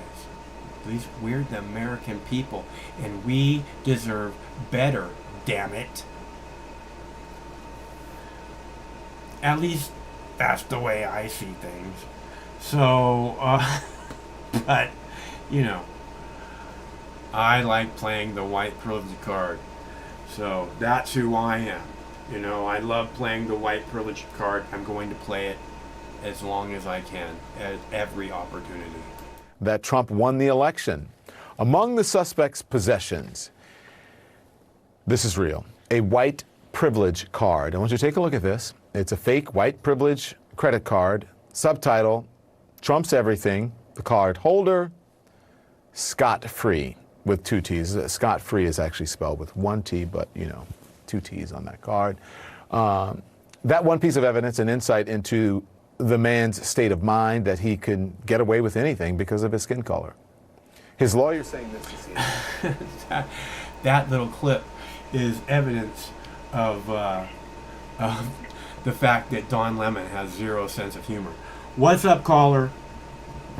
Hey, Mike, how are you tonight? I'm fine. Really? I'm fine. You're just fine? I'm fine. Well, anyway, I'm standing on a deck right now watching these kids on an upper deck play clapping games. It's totally adorable. It's amazing. Fun. That's awesome. Humans are amazing creatures. I think so too. Yeah. Hey, I saw what your topic was tonight, and apparently it was about the Governor Cuomo grandstanding about the violence, gun violence in New York State. Is that what the deal is? Well, yeah. Basically, that's what the topic. That's what the title of the video is. Mm-hmm. Cool. I didn't get a chance to see where it was from. Was that like from the CNN, or was that from MSNBC or? Everyone's talking about it. He declared a state of emergency, gun violence state of emergency. So it's a pretty big deal. I don't know what it means, but it sounds like a pretty big deal. Yeah. So my brain, when people start talking about like gun violence, I start thinking about like media exaggerating situations and ignoring other situations that are like very real. You know, for example, like the amount of poverty that exists in the United States. You know, like instead of talking about the amount of people who are actually impoverished in New York State, we're talking about, you know, a fraction of people who are going to end up like being either harmed or die from gun violence. Whereas like a huge percentage of people in New York State are living in extreme poverty. And this extreme poverty is what's actually feeding the crime and the violence and the gangs, right? Like, so gangs, if you think about it, gangs typically like show up in places where there's no economic opportunities, right? So if you live in a shitty neighborhood in Los Angeles, or a shitty neighborhood in Portland, or in Chicago, or in New York, or wherever, in Baltimore, or in DC, you live in a shitty neighborhood. Basically, like, you're going to glop together with other people who are going to break the law so that you can make money to like survive. So the more poverty there is, the more likely you're going to see crime, right? That's how I see it. Like, you know, all the movies from like the 40s to now, every fucking movie I've ever watched is like about poor people in shitty circumstances who turn to crime as a way to try and find a way out of their situation. So if they're talking about gun violence, I think what they're really talking about is poverty. And they don't like to talk about poverty very much, Mike. It's definitely part of the situation is poverty and like I said, mental illness, and I think that probably goes right along hand in hand with poverty. You know, poverty. Yeah. So there was an article that I wanted to share with you that there is no video of it, there is no like snippet of it, there is no like television production of it, and that's the reason why I'm sharing it with you on your program. But the article is from the World Socialist website. It's from May 17th, 2021, and the title of the article is "A report highlights shocking growth of poverty amongst American infants during the pandemic." And this is from May of this year, right? And there's a couple excerpts I thought you would appreciate. And it says this: the statistics are jarring. 21% of babies now live in households where there is no working parent. More than 40% of babies in the United States now live in households near or below the federal poverty line. The report notes infants and toddlers represent only 3.5% of the nation's population, but 6% of those in poverty. The precarious welfare of American babies begins before birth nationwide. 6.2% of mothers either receive no prenatal care or receive it late in their pregnancy. In some states, that rate nearly doubles. In New Mexico, that rate is 11%. So 11% of mothers never see a doctor before they have their baby. During the time examined by 0 to 3, the United States continued to lead the industrialized world in maternal mortality rates, with 17.4 deaths per 100,000 mothers. Given that many American states do not provide extensive maternal mortality data, this rate could be much higher. Infant mortality has remained unchanged in the United States, with 5.7 deaths per 1,000 live births. Like prenatal care, infant mortality rate varies widely between states, but for example, in Mississippi, Mike, it rises to a shocking 8.3 deaths per 1,000 live births. So the pandemic interrupted the availability of food and caused the rate of food insecurity to spike. 15% of U.S. families reported high food insecurity before the pandemic. It rose to 26% of people in the past year. Food insecurity for low-income families rose from 29% before the pandemic to 45.4% today. Widespread unemployment increased the numbers of families eligible for programs like SNAP and for WIC, Women, Infant, and Children's Program. At the same time, WIC participants, the eligible families, fell. So people who were eligible for the subsidy fell from 85% to 79% during the pandemic. The pandemic disrupted health care for low-income families, and the percentage that missed well baby or well child visits more than tripling to 37% during the pandemic. This has resulted in 18% of families reporting missed vaccines for their children. And I'm not an advocate for vaccines, Mike, but what the story is basically saying is that poor people haven't been able to access medical services during the pandemic, and that poor people have had food insecurity during the pandemic. Yeah. Poor people have experienced incredibly high rates of unemployment during the pandemic, and like I've always said to you, is that poverty is what leads to crime. It's like when people don't see any way of playing the game, where they change the game and they play a different game in order to generate revenue to benefit their friends and family. And that only happens when times are really tough. If everything is cool and all of your basic needs are met, shelter, medicine, education, all that shit is met, then typically you're not going to have a lot of crime.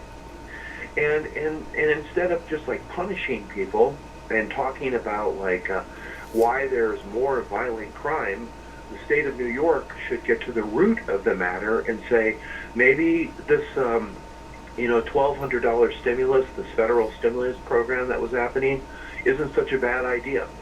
And maybe we should, the state of New York, find a way to give people $200 or $300 in cash stimulants every single week for the end of time if they fall below a certain threshold. So if a person is making less than $30,000 a year, Mike, and they live in fucking New York City, they need some way to subsidize their life, or they're going to be more likely to turn to crime. It's really that fucking simple. And it's way more expensive to throw them in jail, right?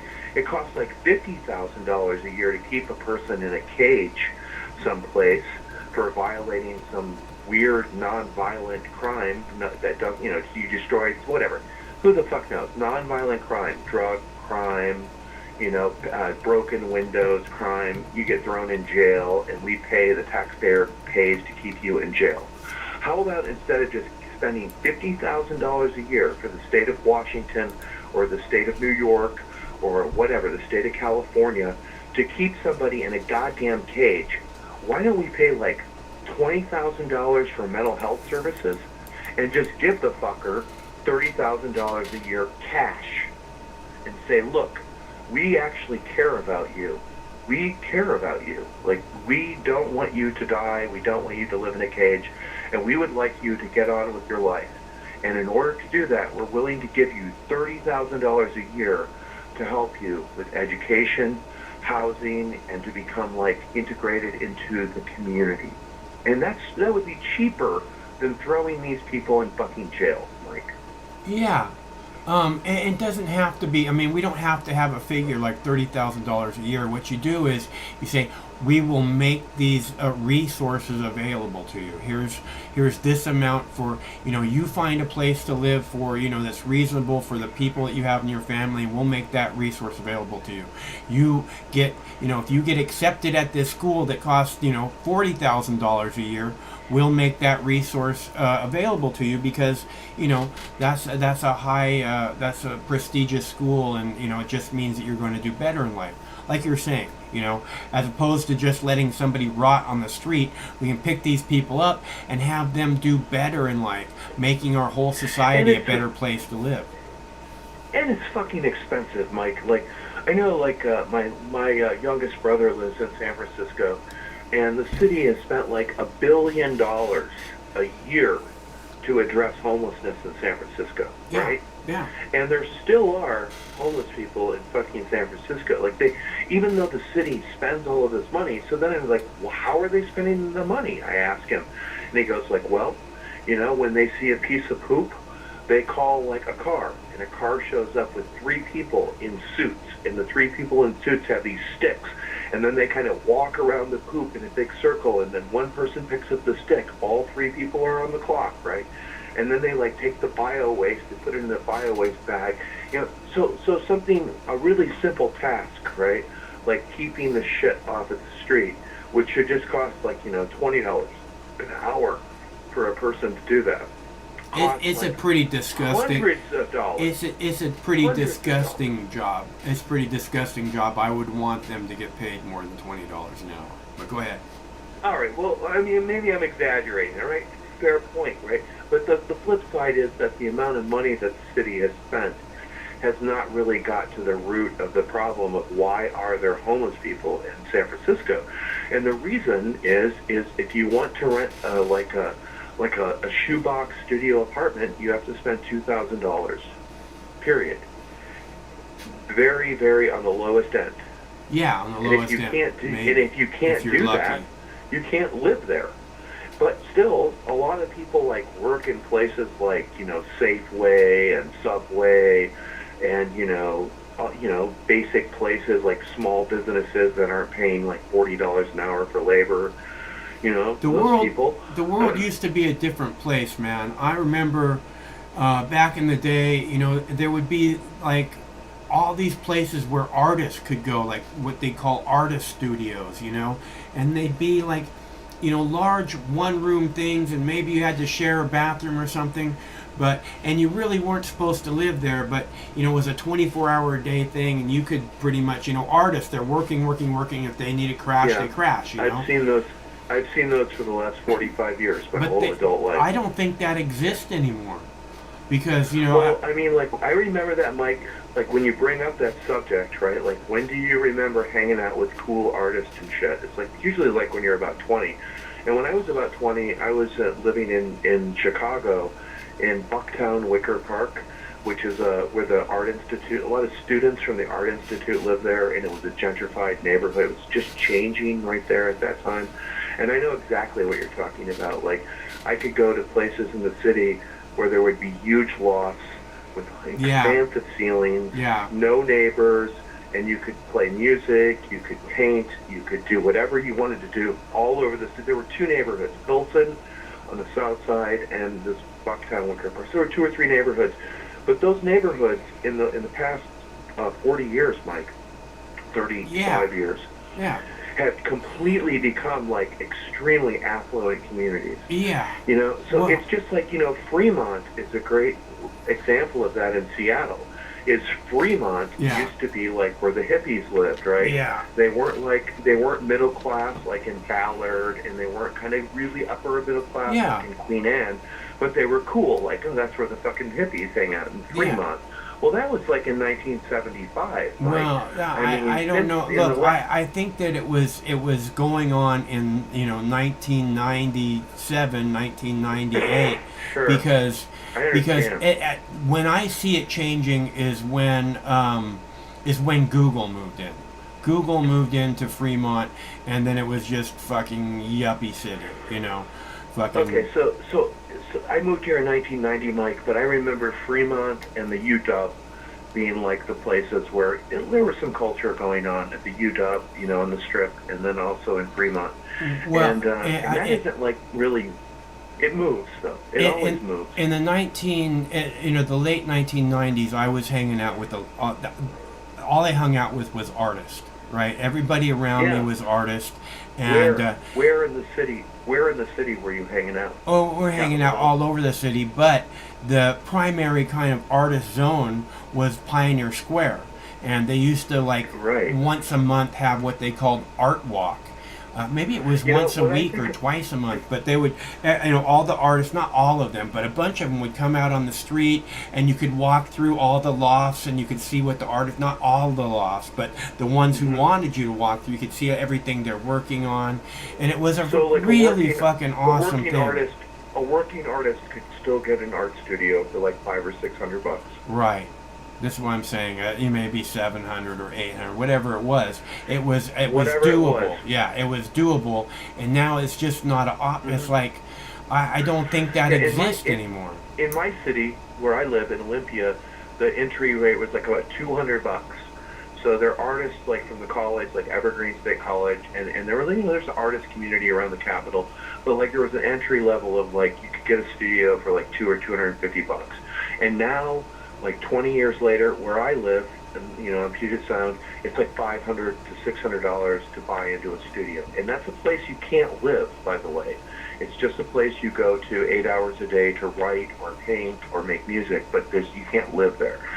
So, like an art studio, those spaces have just it's just got out of control. Where if you live on the west coast of the United States, between whatever, Los Angeles and Vancouver, British Columbia, you expect to pay out the fucking ass for rent, Just expect it. Yeah. I think it's all headed that direction, like the word used was gentrified. I think it's all, anything that was reasonable or is still reasonable won't be for very much longer. Not for much longer. And that's also I want to go back to my youth, whatever. Everyone goes back to their youth, but in my youth, like I said, when I was 20, 21 years old, living in an artist kind of bohemian neighborhood in Chicago, I don't know, man. I don't see those same kind of opportunities in the city I live in or in the region I live in. I don't see those kind of opportunities for people my age, and I actually live in co-housing in almost in an inside of an anarchist community, and I don't see those opportunities existing. So that means that a lot of people are going to be displaced, and that's always what happened. 40 years ago, that neighborhood, in Wicker Park, it became completely displaced. Those people only lived there for about 5 or 10 years before they had to move further west, or they had to move in a different neighborhood in the city because it became too expensive to live in that neighborhood, so they had to move. Yeah, and artists, artists are the name starving artist. It's not like some humorous thing. It's the truth for most artists. No, it's totally the truth. And partially the reason is because the best art comes from suffering, is what they say. Go ahead. or real human examination without like selfish motivation. So like if you're going to look at something really super closely, you don't want to be distracted by like a bunch of people standing around you. How much money are we going to make? Yeah. You know, like that. Anyway, that's what I've noticed. I know you like sad. movies. There's a movie called The Horse's Mouth. Have you ever seen that? I have not. Alec Guinness is like, I think it's 1960 something. Alec Guinness plays an eccentric artist who's basically broke and not, doing well. He's in upper age, and he goes everywhere and paints every chance he gets. It's a fucking great movie, dude. The Horse's Mouth. You get a chance. I will take a note of that. I like Alec Guinness, and I also like films from the '60s. So definitely. Are you familiar with Alec Guinness' early work?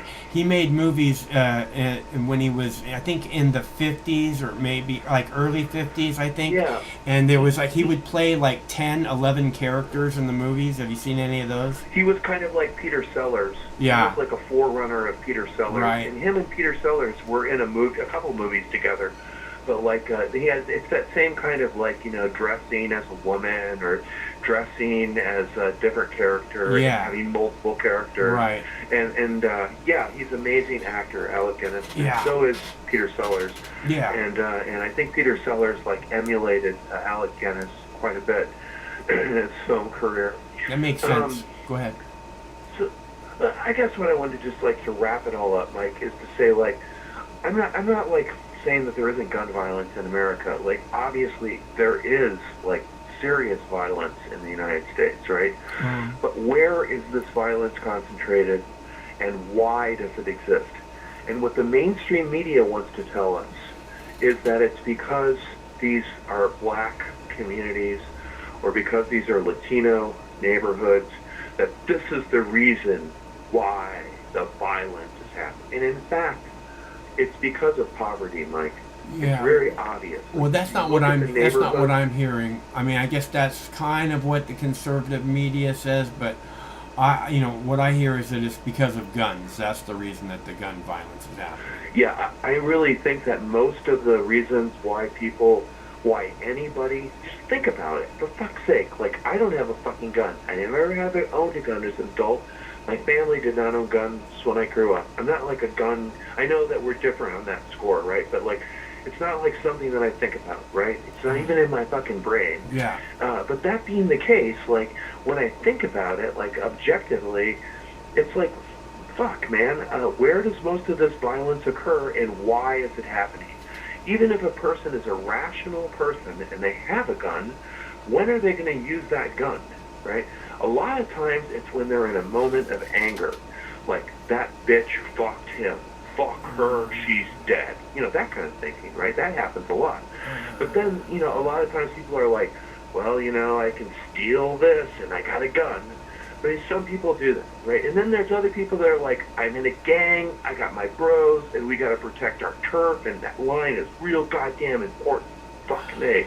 But at the end of the day, Mike, I think it comes down to money, and that poor people are way more stressed and way more likely to kill themselves, and are way more stressed and way more likely to become opium addicts, and are way more stressed and way more fucking likely to commit a violent act with a gun.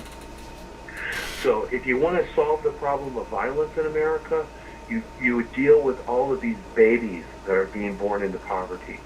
You deal with people who don't have jobs or opportunities before they become involved in organized crime. You make the community like embrace people instead of like ostracize them. Like, everybody fucking makes mistakes, Mike.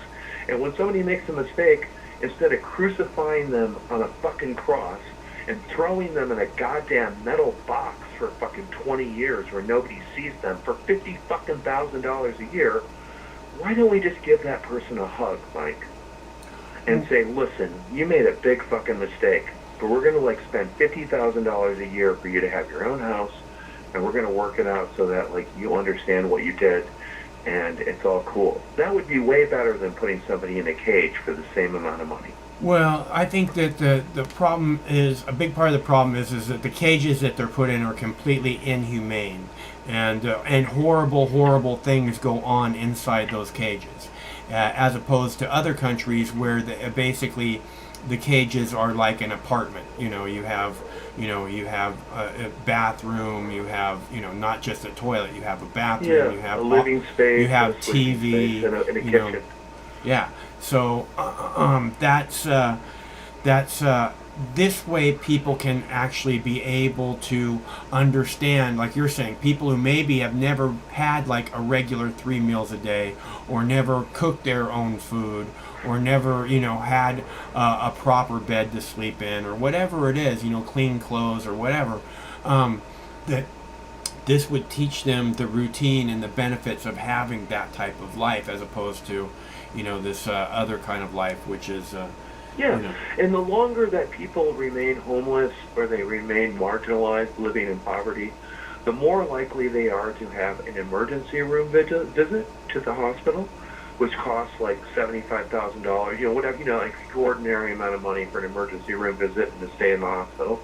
They're more likely to go to jail because they don't understand what's going on, And like you've mentioned many times before, mental health services.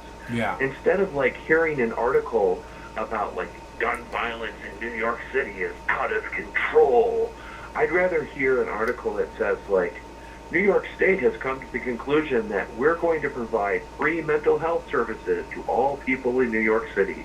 Anybody in the city can get off the subway or take a step off of the avenue and walk right into a clean, sanitary, helpful mental health center where somebody is there to serve you. I mean, I would love to hear that on fucking CNN, right? Yeah. Instead of like creating fear. Yeah. Fear, which is like feeding the culture wars. Yeah. And the culture wars are just fucking designed to promote either Democrat or Republican politics. It's really cut and dry. Everybody knows the story. And whether fucking Fox News plays it or CNN plays it, it's the same goddamn game. And it's tiring. Many people in America are living in poverty. Americans are very proud people, Mike. They don't like to admit shit. But if they just like are honest about it, there's so many things we could do to improve the quality of people's lives instead of crying about like violent crime, whatever. It seems to be like a canard, It's like it's like drawing people's attention away from the fucking state. Yeah, there's really basic steps that you get to before you get to, we have to fucking, this is the problem. The problem is all these basic things, like you're saying, that aren't in place for no reason other and the than billionaires get richer. Yeah. Richer and richer and richer. And like in this year, the billionaires increased their wealth like 20%, and the working class lost wealth. And with this inflation, like gasoline costing $3.50, $4 a gallon, with this inflation, it means that the workers aren't even able to save at all.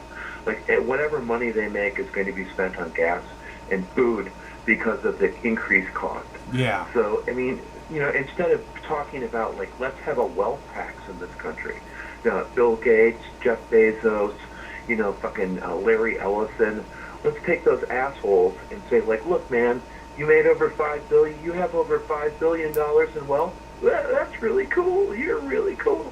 Let's take 90% of everything over $6 billion and put it back in the Treasury. Hey, and thanks, guys, for playing this game. You won. You guys are the best. Not very many people make this place where you have to pay 90% of your wealth to the government, but you guys are awesome.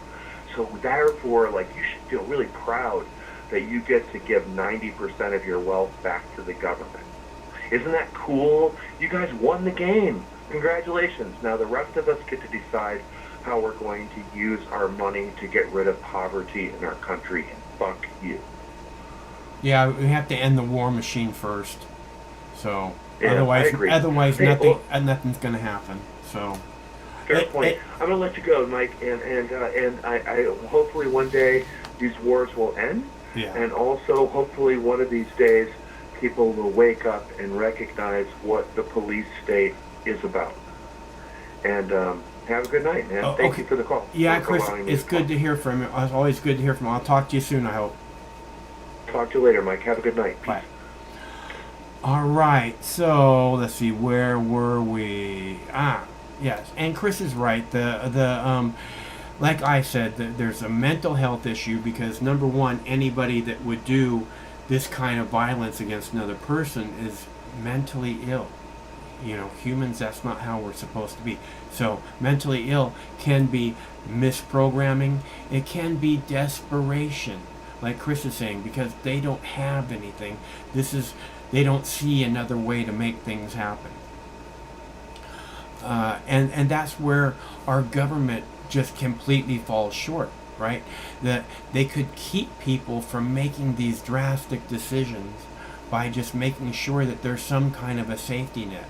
You know, a safety net where people who need medicine for their children don't have to go out and steal. A safety net where, you know, people feel like they have to sell drugs in order to make sure they can pay their rent.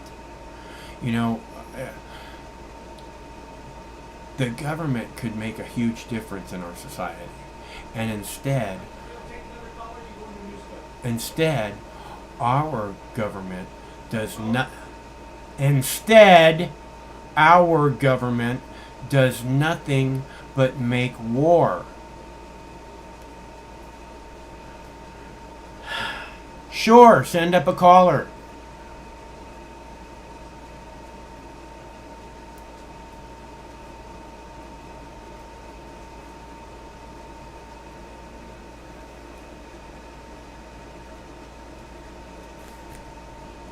Okay, I guess not.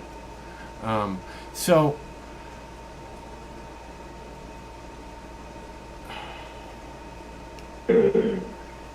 hello, caller.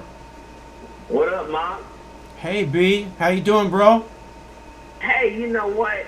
I'm liking your topic tonight. You know about the martial law or state of emergency. I heard one of the candidates running in California, if he's elected governor, he's going to do that and clean up the homeless streets because he gets money for the National Guard, and that's really what it's about. But I think I figured this shit out. It just didn't make sense to you because you're a responsible gun owner, you know what I'm saying, and you love firearms too. I know, no. I'm not a gun owner, and the reason I'm not a gun owner is because I don't want anything to do with guns because of what they're designed for. I don't ever want to have to make that happen. At the same time, I got my first gun when I was 9 years old. I got my first handgun when I was 10 years old, you know, and by the time I was 12, I was sleeping with a loaded .357 underneath my pillow. So I have plenty of experience, and I know that I am not interested in owning a gun. Okay, yeah, but you understand what I'm saying when it comes out responsible gun ownership.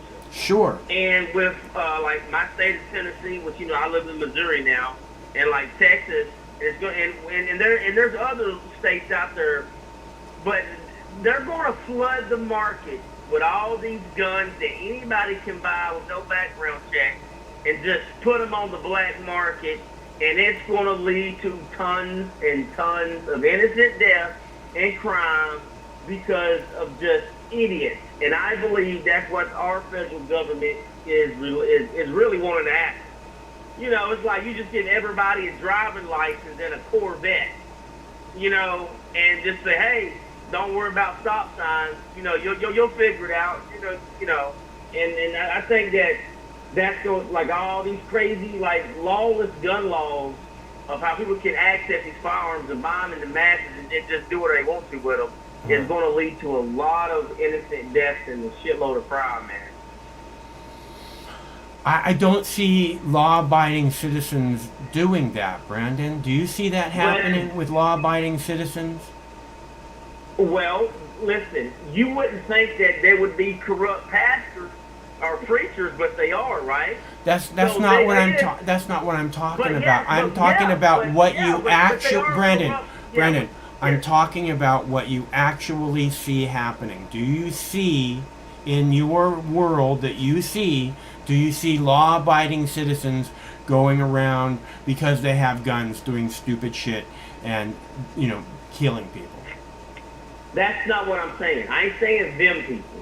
What I'm saying is there is a percentage of gun buyers who can legally purchase firearms, and that will just show show a level of neglect when they sell the firearm. Okay. To people, that's what I'm getting at. Like, Yeah. there's going to be a flood of that, because that market is already big, and now it's really going to get big. So that's what I'm saying. I hear what you're saying, and I understand it completely. I would think that I don't know. The way there should probably guns should be sold by a licensed gun shop. So if you want to sell your gun, you should have to take it to a gun store and either sell it on consignment or sell it directly to them. But I don't think that. Like you're like someone like, I want to buy your gun, so we meet up there and we do all that. Yeah. Yeah, or they just at the gun store they take your gun and give you a receipt, and like I said, sell it on consignment, or they take your gun and give you the money that you want for it, or make you an offer, whatever, and that way guns aren't just trading hands like you're saying. You make it illegal for gun owners to sell the guns to whoever willy nilly. It should be only gun stores that are allowed to sell. This is an easy thing to fix. It's an easy fix. It is, man. Yeah. And to be honest, I believe that gun stores, would want that responsibility. You see what I'm saying? Like they'd be like, yeah, give that responsibility to us, because, they don't want, bad shit on their hands, and then you put in laws and stuff. Yeah. And they're going to do their job. Yeah, well, gun stores tend to be all on the up and up and do their best to follow laws, from what I see, because they don't want to fuck up their gun license or whatever. So, and go ahead. But hey, let me ask you this. Let's say someone's got a 55-year-old uncle that's a meth addict, but he's a functional meth addict, and people go pay him $5,000-$6,000 a month to go buy firearms for them, and in return they give him, let's say, $2,000 or however much in drugs. I don't know. I'm just making numbers up. Yeah. That's what I'm talking about. You know what I'm saying? Like there should be okay, guy, like you bought 500 guns. Where they at? Oh, they all got stolen. Come on, let's be honest. You know what I mean? That's common sense. Yeah. But there's got to be something done to punish people that's breaking the law, just like there is any other law. But I think the law needs to be enforced, Mike. That's all I'm saying. Because the law's never enforced. You never hear about them. Yeah, I don't know exactly how to enforce stuff, Brandon. I don't like laws, and but I hear but this is important, and it needs to be sorted out. There's no doubt about that. Yeah, because there's people's lives involved, and that's the only reason why. If this was about dogs and cats, I wouldn't give a shit. But I got children. And I got family members. We got, you love you, and you don't want just, like here in St. Louis, just last week we had a kid working at a floor shop in the mall and caught a stray bullet in the fucking mall. Yeah. And he was 20, and it cost him his life. Yeah.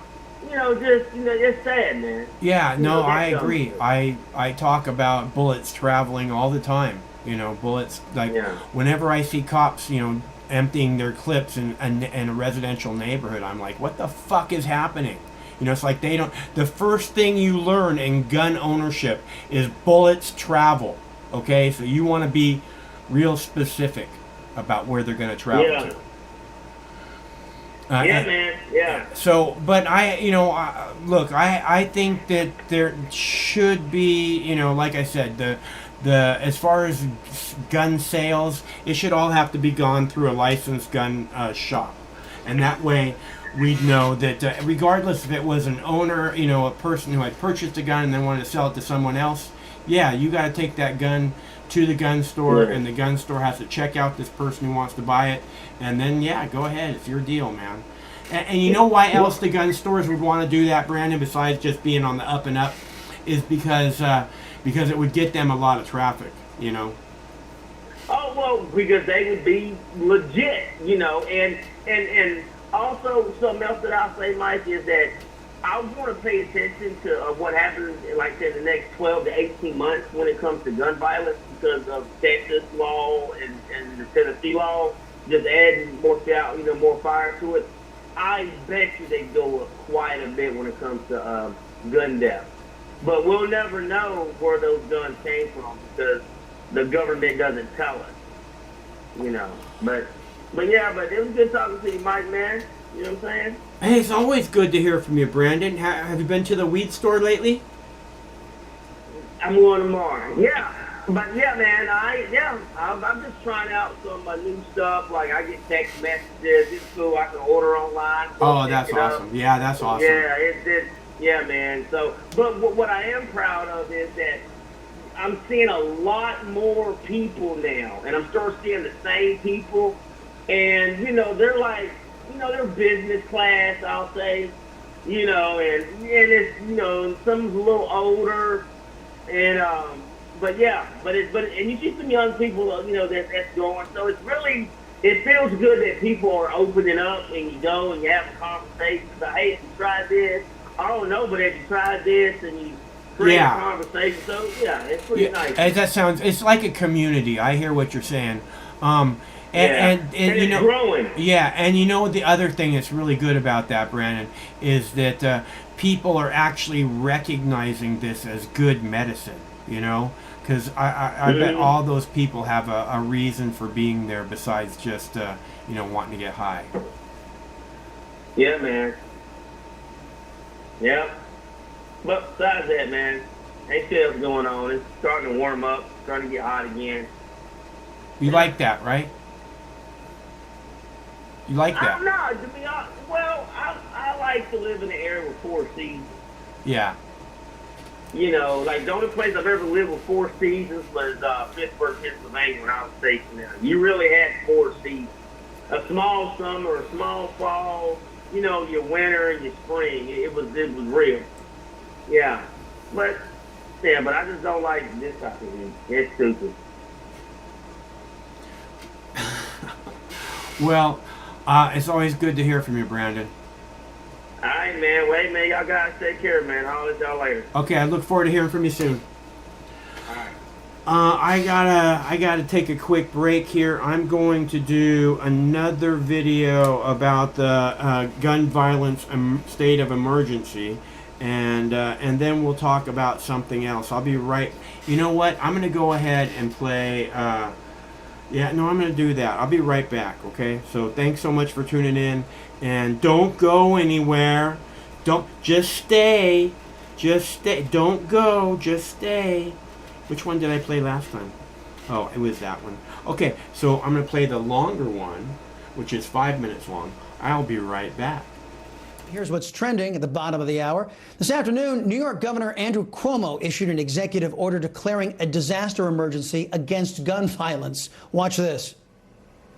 We're going to issue an executive order today that says I want from all the police departments across the state exactly where these shootings are happening so we have the information and we know where to target and we know where to address. Oh, boy. Cuomo thinks this will solve the problem amid putting criminals back on the streets. Joining me now to weigh in is BearingArms.com editor and former host of NRA News, Cam Edwards. Hey, Cam, it's always great to see you.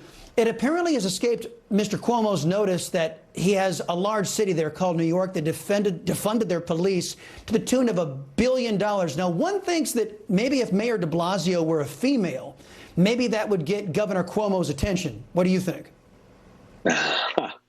Maybe so. And Chris, thanks for the invite. Yeah, this is ridiculous.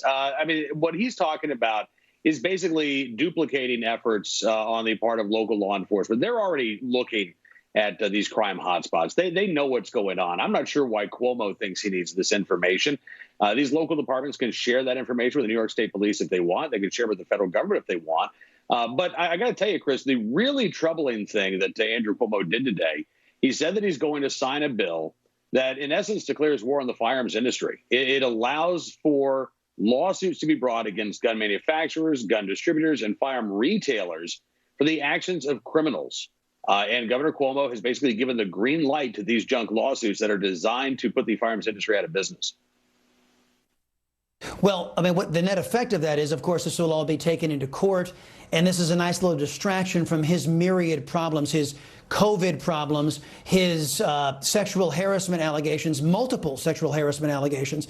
So legally, can this go anywhere? Well, I mean, that's an open question. We do have the Federal Protection of Lawful Commerce and Arms Act, which was passed on a bipartisan vote back in 2005. It is specifically designed to prevent these types of junk lawsuits, but New York's getting creative. State Senator Zellner Myrie, is trying to redefine what a public nuisance is under New York state law. And so now they're basically making the argument that the selling of a firearm is a public nuisance. And by the way, that doesn't just apply to guns sold in the state of New York. If a gun that was legally sold in Virginia a decade ago was stolen and ended up in a crime in New York State 10 years later, under this new law, that Virginia gun store could be sued for the actions of a criminal. I mean, this is absolutely outrageous. You've got to hope that the courts are going to say no to this. But you're right. This is a distraction, Chris. And it's not only a distraction from Cuomo's current failures, it's also a distraction from the failures of the New York SAFE Act, the gun control package that Governor Cuomo signed in 2013. There was a magazine ban. There was a ban on so-called assault weapons. There were background checks for ammunition in New York State. All of these restrictive gun control laws, some of which never actually were put into practice. But clearly, these gun control laws have done nothing to make New Yorkers safer. And so now Cuomo's targeting the firearms industry and not just gun owners themselves. And like poor marksmen, these leftists, these socialists keep missing the target. When they should be targeting criminals, they're going soft on criminals, they're going hard on law-abiding American citizens. And as you rightly point out, they are targeting individuals for prosecution who are innocent. And then no discussion of Mr. Cuomo about targeting the criminals. That was conspicuously absent today from his announcement. Yeah, no, Democrats don't want to talk about going after violent criminals. They want to talk about, and it's crazy, Chris, because they talk about how much they love the idea of criminal justice reform and we need to reimagine the criminal justice system. And their idea of reimagining criminal justice is to create crimes out of our right to keep and bear arms, to put laws on the books where none exist, and to make these possessory offenses now punishable by years in prison. That they don't want to talk about going after violent criminals. That's not their priority. Going after legal law-abiding gun owners and turning them in to nonviolent criminals. That's what they really want to do. That's what this is all about. There are strategies that New York could put in place right now that would lead to fewer arrests overall, but more arrests of violent offenders. It would lower the crime rate. It would lower the homicide rate, but it doesn't involve any new gun control laws. So Cuomo and the Democrats aren't interested. A lot of those left-wingers, very simpatico, right in line with the criminal element.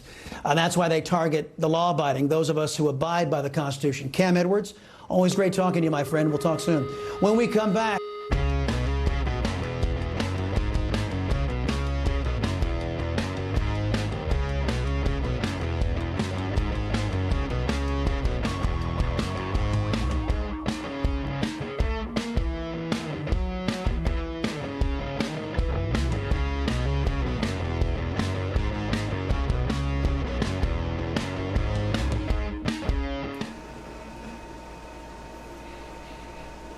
Okay, Mondo, I told Craig to put a card aside for you. He said, no problem, I got it.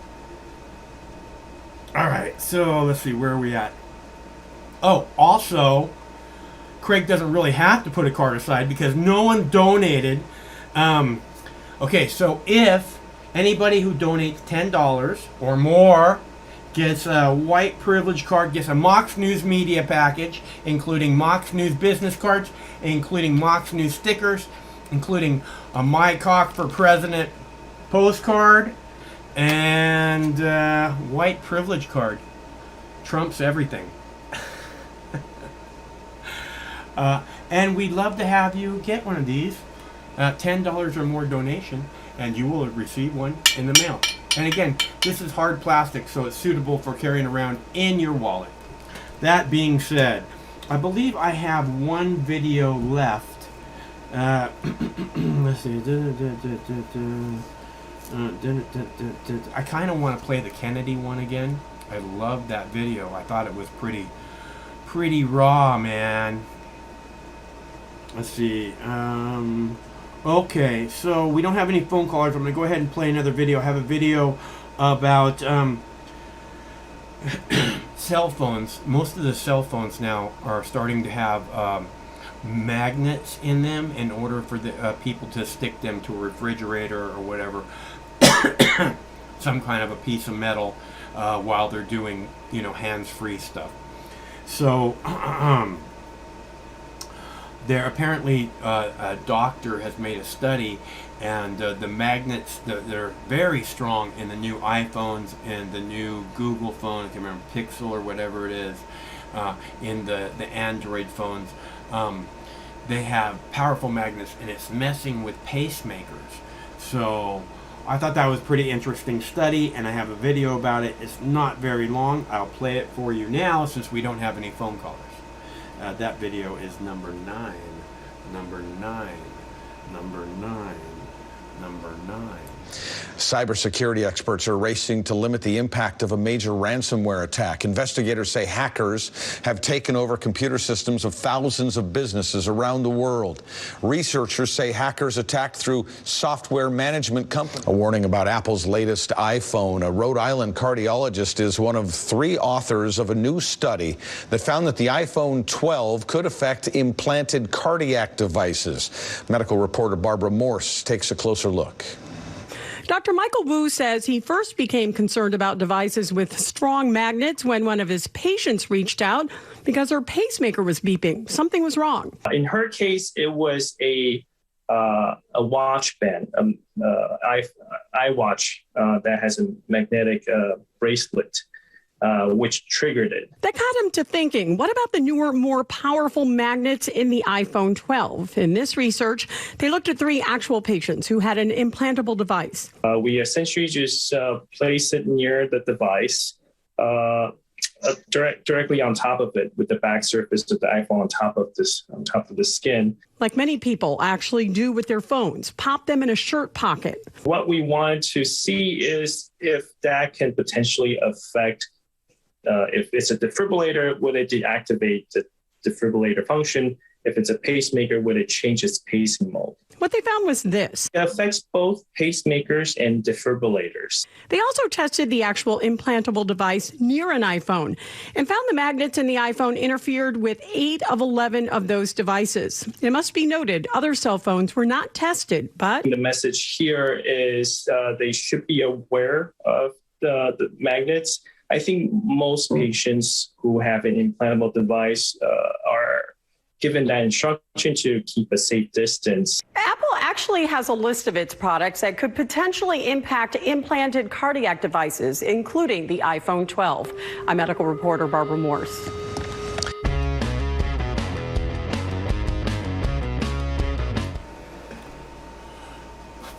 Okay, so I wanted to play that video because I thought it was an important video. I was thinking about posting it on the page. Again, I think it's an important video. That being said, I had the video when I started to play the clip. I played the wrong one. It was number 10, not number 9. Number 9. Number 9. The number 9 video is about ransomware attacks. And the thing about that video, I wanted to set it up kind of like I set up the other video, and like so many of the other videos, I wanted to set it up in the way that I want you to watch for in the ransomware video, how they point out that this couldn't be done without crypto. That's basically what I heard of the story. And this is something that I told you and Killer Mike. I said this like a month ago. Killer Mike was like, well, why would the government want to have this problem? Because I said it was the CIA. These ransomware attacks are most likely CIA, in my opinion, or some other dark government agency from within the U.S. government. That would be my bet. And I said, well, why would the U.S. government want to do that? And there's 2 reasons. One is because then they have reason to clamp down on the internet more, make regulations about this internet rule and that internet rule. Which they're dying to do. And the other reason is because they can say without crypto they wouldn't be able to do these ransomware attacks because the government hates crypto. So This clip, they're saying specifically, what I heard from the clip is that without crypto, these ransomware attacks just wouldn't be able to happen.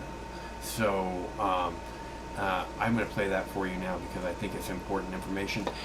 At least it kind of validates what it was I said a month ago, which is the government wants this. I can hear, ahead of time what's coming. This is what the government wants. They want to take down the crypto. They want to take down the internet. Not take it down. They want to limit internet freedom way more. We all know that. I'm not telling you people anything. This is clip number 9. Number 9. Number 9. Number 9. Cybersecurity experts are racing to limit the impact of a major ransomware attack. Investigators say hackers have taken over computer systems of thousands of businesses around the world. Researchers say hackers attacked through software management companies like Kaseya. Experts believe the people behind this attack managed to shut down one of America's largest meat suppliers earlier this year. It's happening more and more often. And there's one reason for it. They can get away with it. Cryptocurrencies is providing a means of compensation that can't be tracked. According to Reuters, a Russian-based hacking group demanded a $70 million ransom to restore the data they've seized. The Russian government has not commented on the hack.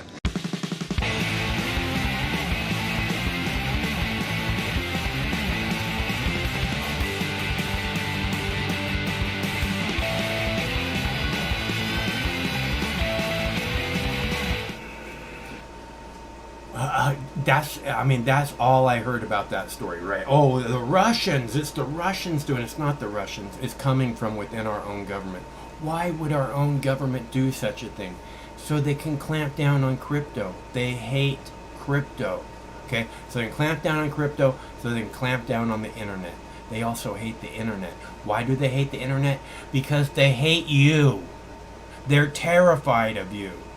And they don't want you talking to anyone else. That's why they inflict as much fear as possible on you every minute of every day, 7 days a week, 12 months a year, year after year after year after year. All right, so I don't know why they hate freedom so much. Except for they're terrified.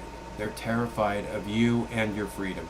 Why would they be terrified of you when you're just this good law-abiding citizen? Because you're not just a good law-abiding citizen. You're a free-willed person who could make anything you decide to make happen. And they find that very dangerous. They find that a threat to all of them. And all we have to do is come together and tap into this thing. And if we were to come together, that ability to make happen almost anything you can imagine becomes multiplied exponentially. If we could come together, we could make anything happen. And right now, all our government does is make war happen. And I'm personally am very, very tired of it. So, let's see, how many videos do I have left? I have, I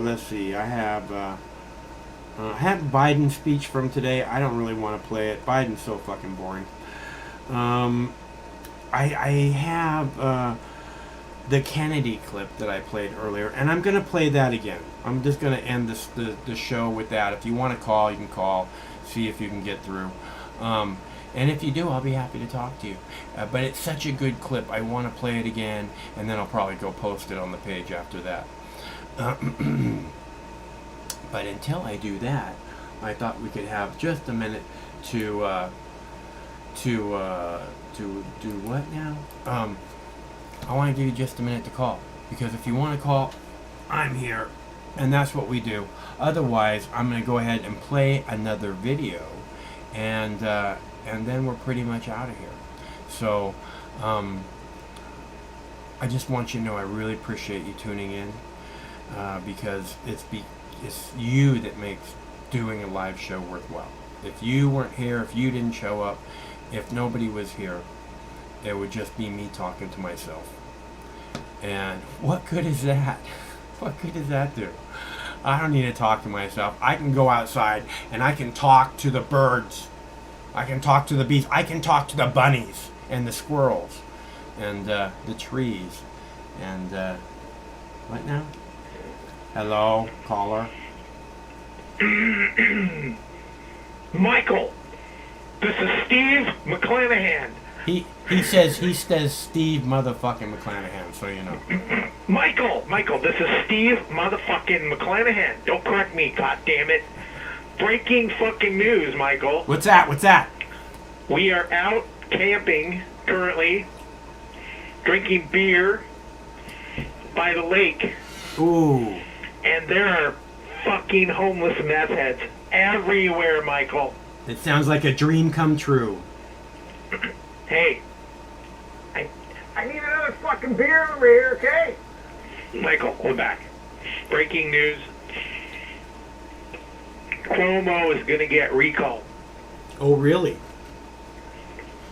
That's right. You heard it here first. I need to jump in the Mox News van. Can you send money? Send me some of them white privilege cards. I'll hand them out to the meth heads. I don't have Trump's any money. everything.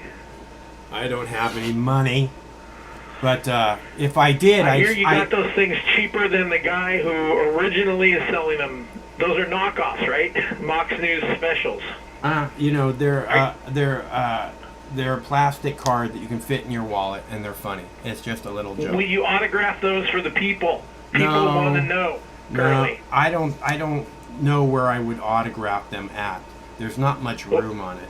What's on the back of those things, Michael? I don't know. Tell me what's on the back. I don't know. People want to know. This is Steve McClanahan reporting live from the lake. It says, this card grants its bearer happiness and success because it's the color of your skin and not the choices you make that determine your abilities to be successful.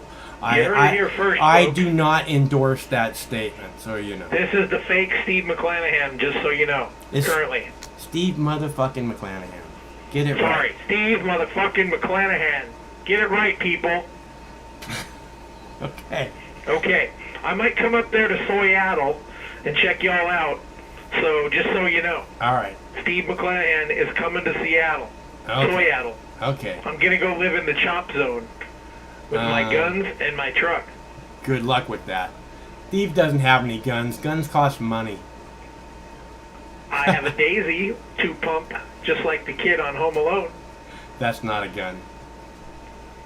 You bet your ass it is. I catch rabbits. How do you think I'm staying alive up here by the river? You said Gotta wipe my ass with something. You said you were by the lake. Oh, sorry. Well, I'm by the river too now. Did you know that I asked the rabbit if shit sticks to his fur, and he said no. So I wiped my ass with him. Well. On that note, I gotta go. You gotta go. I need to find a beer. Good luck with that. Steve motherfucking McClanahan, everyone. That's what this show has come to. White privilege cards and Steve motherfucking McClanahan. Fake Steve motherfucking McClanahans. If the original Steve motherfucking McClanahan wasn't fake enough already. How am I even gonna keep track of this shit? I need a brownie.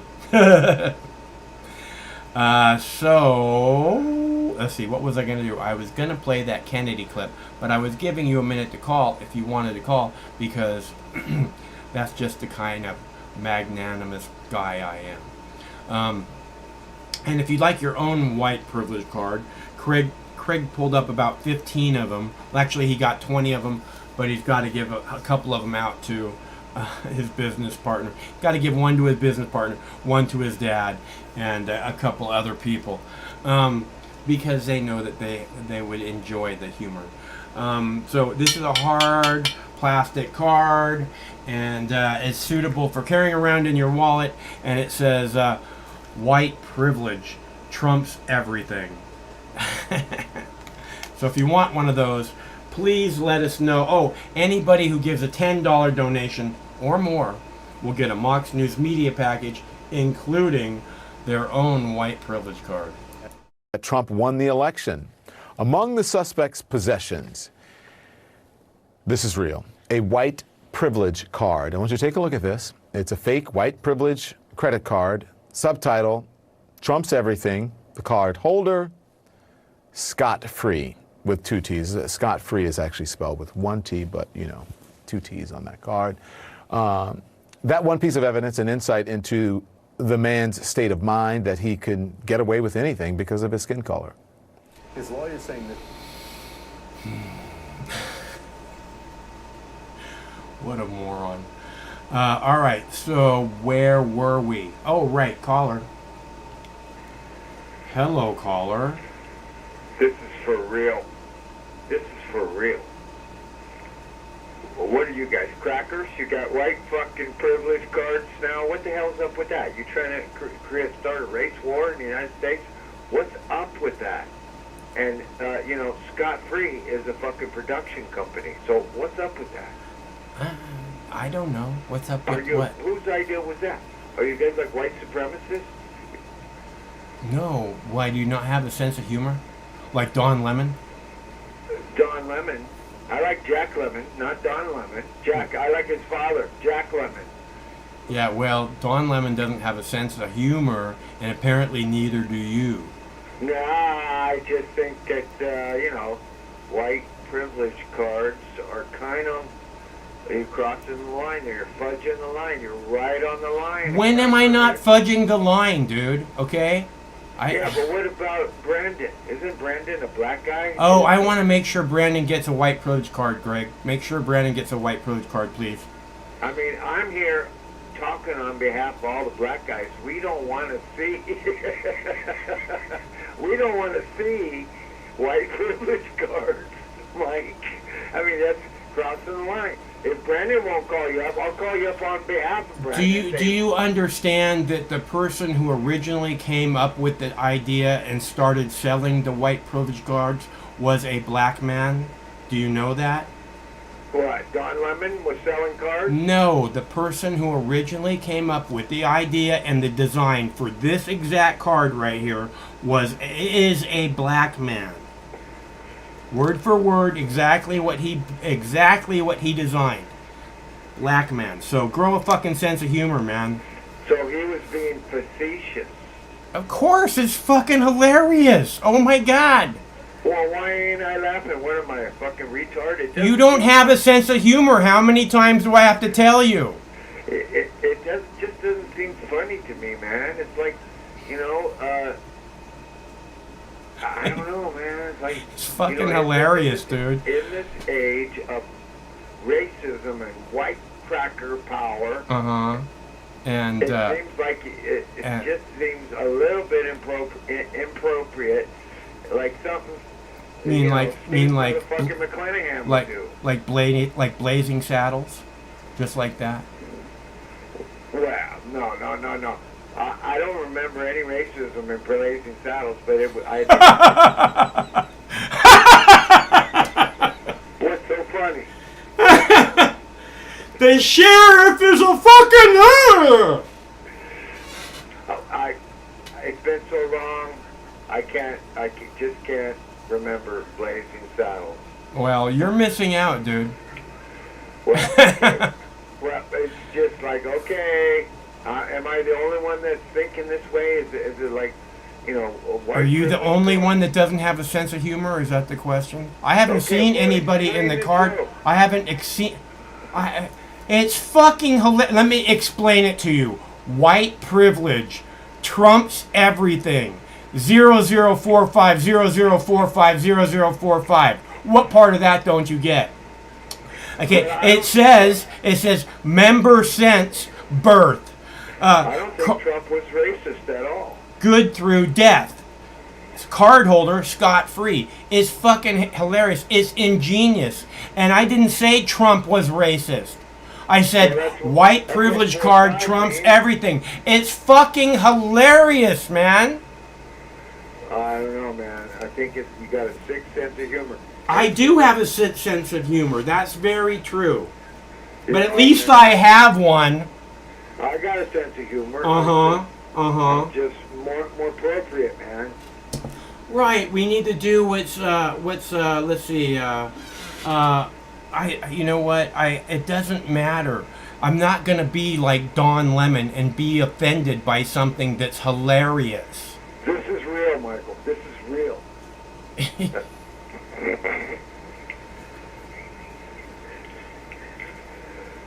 But it's your choice. I'm just telling you. You got like My 4 choice. million black viewers, and some of them might be offended. Look, I'm not going to be politically correct, regardless of what fucking era it is that we live in. If we live in the victim era where everybody wants to go around being victimized, I'm not going to jump through your little politically correct fucking hoop. Okay? So, it's fucking hilarious, man. That's all like I know. You're like an edgy guy. I don't give a fuck. That's what I'm like. I don't give a fuck. But I do like Kennedy. She really ripped that bald-headed guy up, and I thought, so you're sticking up for orange-haired black people is pretty cool, and sticking it to the man is pretty cool. And I guess maybe I can swallow the white cracker card that you're trying to give away to people with the suck my Mike cock. I didn't say anything about suck. I said my cock for president. And you know why? Because it's fucking hilarious, man. It's not hilarious. It's mildly entertaining. It's fucking hilarious. It's a t-shirt, Michael. That's it. It's a t-shirt. No, it's not. It has the top 5 reasons to vote for my cock. My cock is what America is all about. Because, number 4, because my cock is better than the rest of these dickholes. Number 3, my mom loves my cock. Are you laughing at that shit? Number 2, my cock stands for truth, justice, and the American way. Number 1 reason to vote for my cock has bold nude erection for America and the world. Nude erection. Yeah, like New Direction, yeah. Bold New Erection. Yeah, I get that one. They left the E off, or the D off of it. New direction. Yeah. Okay, well, I guess it's okay. You can sell my cock. I don't need your fucking approval. You can sell the white. I don't need anybody's fucking approval. Thank you. Penis stuff. It's all right, okay? Cracker cards and my cock cards, and down by the river, and we'll sing fucking Bible songs. Okay, Steve. Okay, well, I think Steve has a bold new erection going on right now. And It's bold new direction. Oh, sorry, I'm kind of hard of hearing. But, keep up the good fight, and my cock is on your side, man. My cock is on everyone's side. Oh, I hope not, man. Just keep that stuff to yourself. Okay, I'll talk to you later. Bye. I don't know. Is it not hilarious? Am I the only one who thinks that the white privilege card is hilarious? I mean, I've only played the white privilege card again and again for months because I thought it was hilarious. Is it not hilarious? That Trump won the election. Among the suspects' possessions, this is real, a white privilege card. I want you to take a look at this. It's a fake white privilege credit card. Subtitle, Trump's everything. The card holder, scot-free, with 2 T's. Scot-free is actually spelled with 1 T, but 2 T's on that card. That one piece of evidence, an insight into the man's state of mind, that he can get away with anything because of his skin color. His lawyers think that one, this one piece of evidence shows insight into your mind, that you think you can get away with anything because of your skin color. Or maybe that you have a sense of humor. I don't know. Maybe I'm the only one who thinks that's funny. Am I? I've been playing that clip for months thinking it's hilarious. Is that clip not hilarious? You tell me.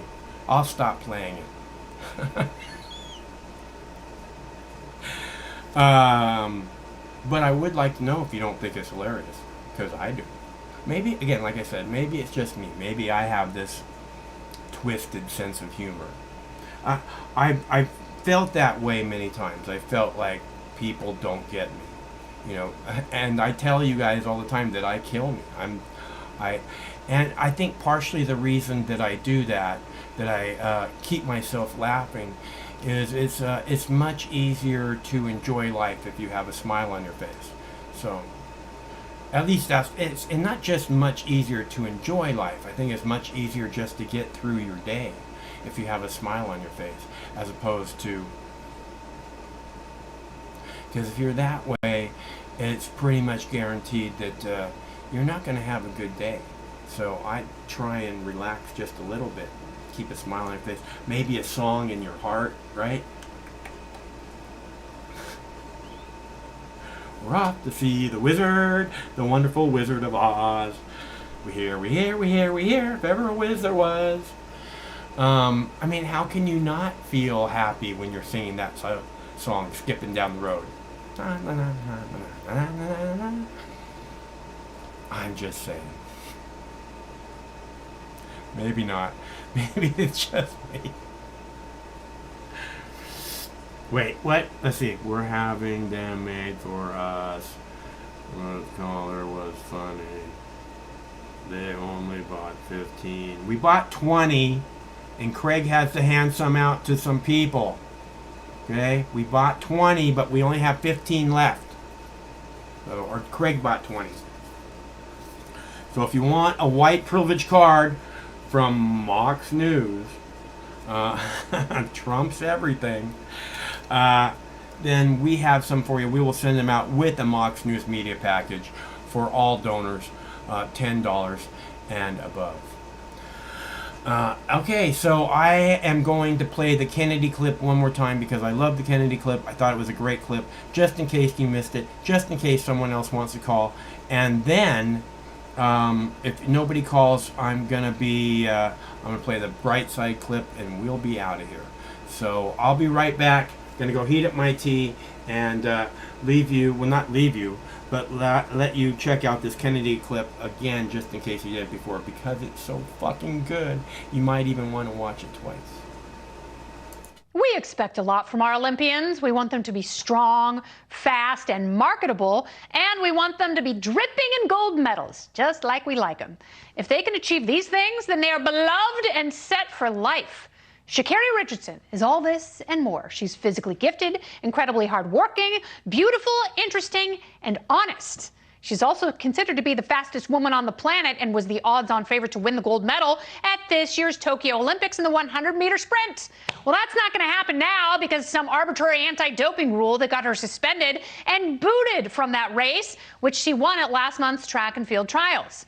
She could have competed in the 4x100 relay, but the idiotic USATF, the governing body for track and field in this country, told her to eat glass and left her off the team. Bunch of jerks.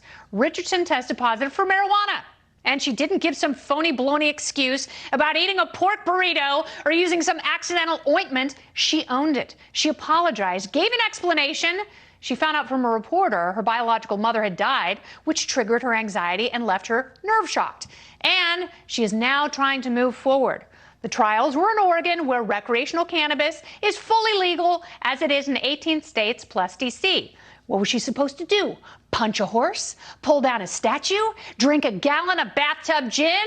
She smoked a little weed, which the U.S. Anti-Doping Agency admits occurred outside competition. The anti-doping squad exists to make sure people aren't spinning their blood or taking steroids that make them bigger and faster. But even USADA admits THC, the psychoactive ingredient in marijuana, is not a performance-enhancing substance. THC is banned because it is categorized by the doping Gestapo as a substance of abuse. Sugar and caffeine are worse substances of abuse. Should those be illegal? You ever met a carbohydrate addict? According to Quinnipiac, 69% of Americans support marijuana legalization, and I'm sure even more of them would favor a reversal of Sha'Carri's suspension so she can compete against the best to prove she's better. You try running while you're high. If anything, weed is a performance inhibitor, and she should be given a titanium medal for competing at that level and blazing the competition. It looks like Sha'Carri won't compete at all, but at least her story is one that will further the discussion about ending prohibition in this country. So as the Olympics pass her by, this lightning rod will be the conduit for future Olympians to puff, puff, pass. And that's the memo. President Biden's been taking a firm stance over Sha'Carri's suspension. Watch this. The rules are the rules, and everybody knows that the rules were going in. Whether they should remain that should remain the rules, a different issue. But the rules are the rules, and I was really proud of her, the way she responded. The rules, the chocolate chip, rules in my note pocket, hi, cards, they briefed me on the rules. God. So what if the rules are arbitrary and outdated? The Man panel is back. Tim Carney, Dave Smith, and Chris Hahn here to mansplain the entire thing. Tim Carney, the rules are the rules, but the rules are dumb, and she should be able to compete because once again, like with Britney Spears, I thought this was America.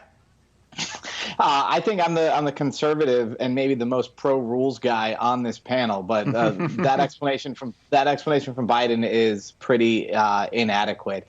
Rules are the rules. If something happens in the middle of competition, if something happens that gives somebody an advantage, then it makes sense. If you decide that this rule that was broken not only is unjust, but also nobody else would have gotten an advantage if they had gone ahead and broken this rule. There's actually a rule in soccer. I don't know if you've been watching. The Europeans have been playing soccer, where if you commit a penalty, but the penalty doesn't help you, it doesn't end up getting called.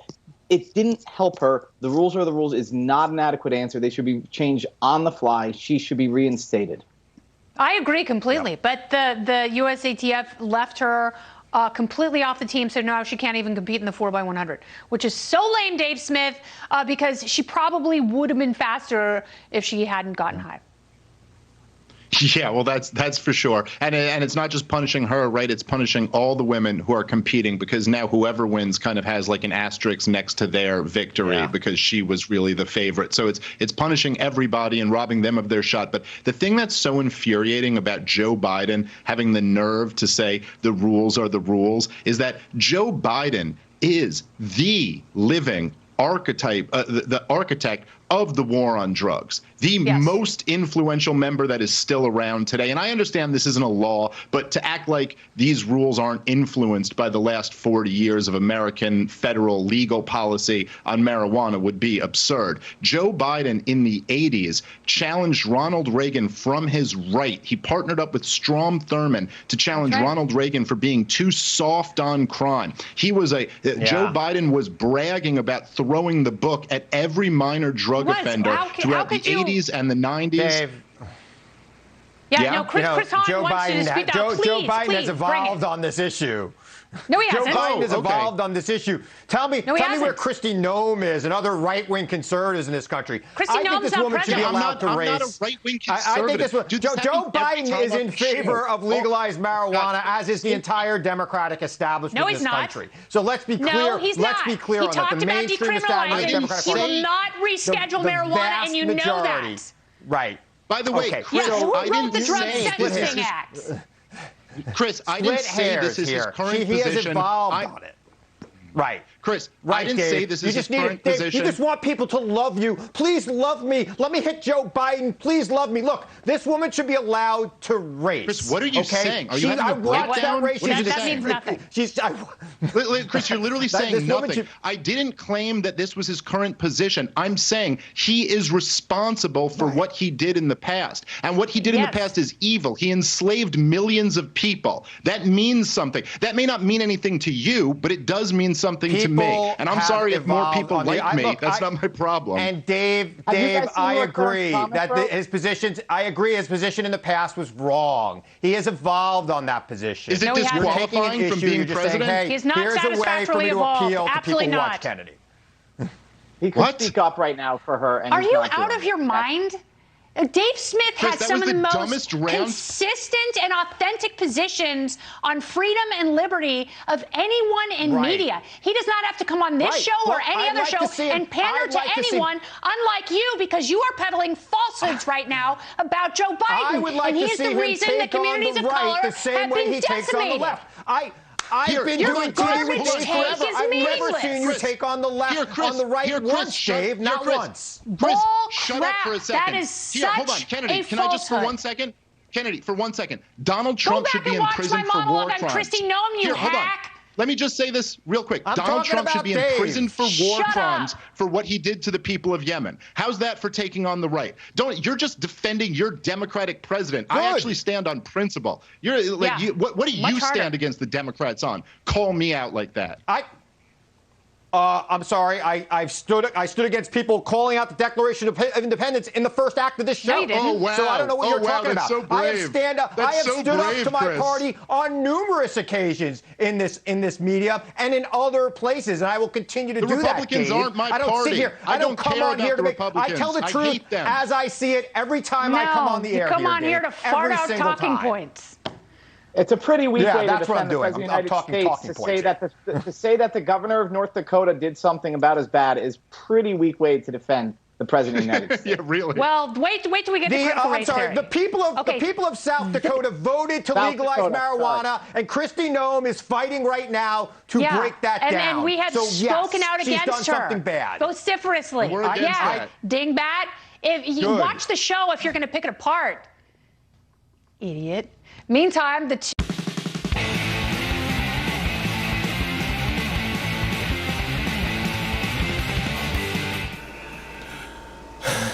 There's so much in that clip. But the one guy goes, I don't care about what Republicans think. I hate them. Hello, caller. Hello. My name is Jane, and I decided that I identify as a woman like a week ago, and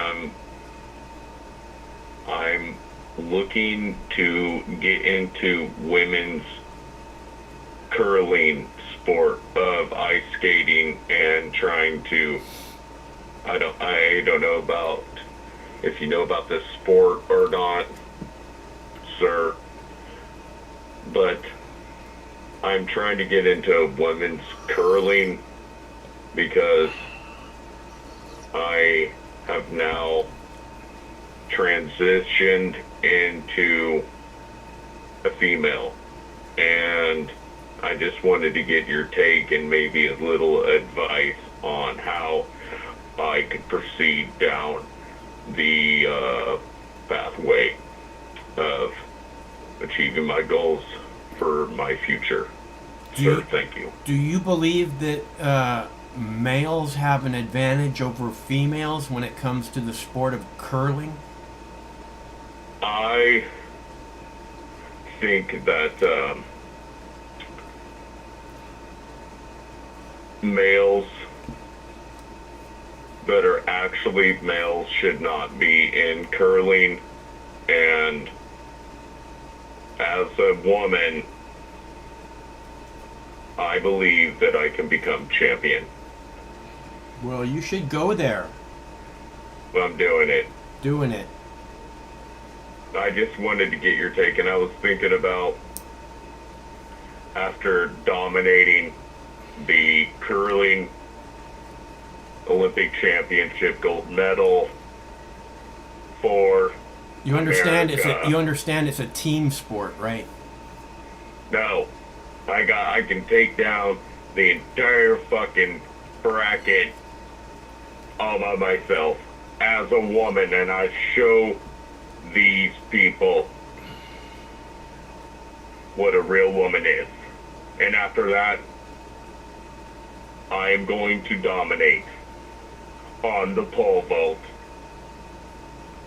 I am literally going to pole vault myself into the women's championship for all of womankind. And I just wanted to get your take on that, and I need your support. Will you support me? Can I put your logo on my uniform? No, but you can tattoo it on your ass. Well, I'll have to cut a little square on my butt cheek pants so everybody can see it, but we'll do it. We'll do it for you. Good. How about that? I'm so looking forward to that. Just get a hold of the call screener and get with my manager to get through to my tattoo artist so that we can make this happen, because I am really glad that we have our first sponsor on my ass. We have a plenty of other space here on my ass, folks. If you would like to put your logo on my ass as I dominate curling, and after I dominate curling, I will go over and I will dominate pole fucking vaulting people. And I've got a legit news source approval tattooed right on my ass for all the other fucking local news broadcasters and the world to see who we're sponsored by. And if you don't like transitioning into female and getting into the women's sports and dominating, then you have a serious fucking problem. Okay? Not me. You have a serious fucking problem. Shit, sorry. I've been taking this estrogen and it's making me a little angry. Oh, Lord. Holy moly. It's dangerous. I hope you're taking cannabis with it. Estrogen, get a little cannabis, little estrogen is linked to fucking cancer. You be careful with that. Little horse tranquilizer, you know, never hurt anybody. That's not true. I tell you what, Michael, I can't wait to come back here as the women's fucking champion of curling and fucking goddamn pole vaulting. Something tells me you're already a champion of that. For Mox News. All right. Good luck with that. Of America. I gotta go. I know.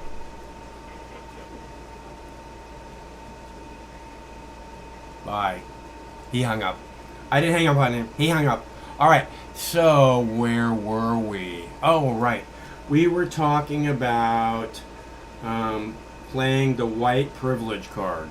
That Trump won the election. Among the suspects' possessions, this is real, a white privilege card. I want you to take a look at this. It's a fake white privilege credit card. Subtitle, Trump's everything. The card holder, scot-free, with 2 T's. Scot-free is actually spelled with 1 T, but, you know, 2 T's on that card. That one piece of evidence, an insight into the man's state of mind, that he can get away with anything because of his skin color. His lawyers. That one piece of evidence. Don't you want a piece of evidence in your wallet that shows your state of mind? That you could get away with anything because of your skin color? That guy is a fucking idiot. That piece of evidence, this piece of evidence of your state of mind, that you think you can get away with anything because of your skin color.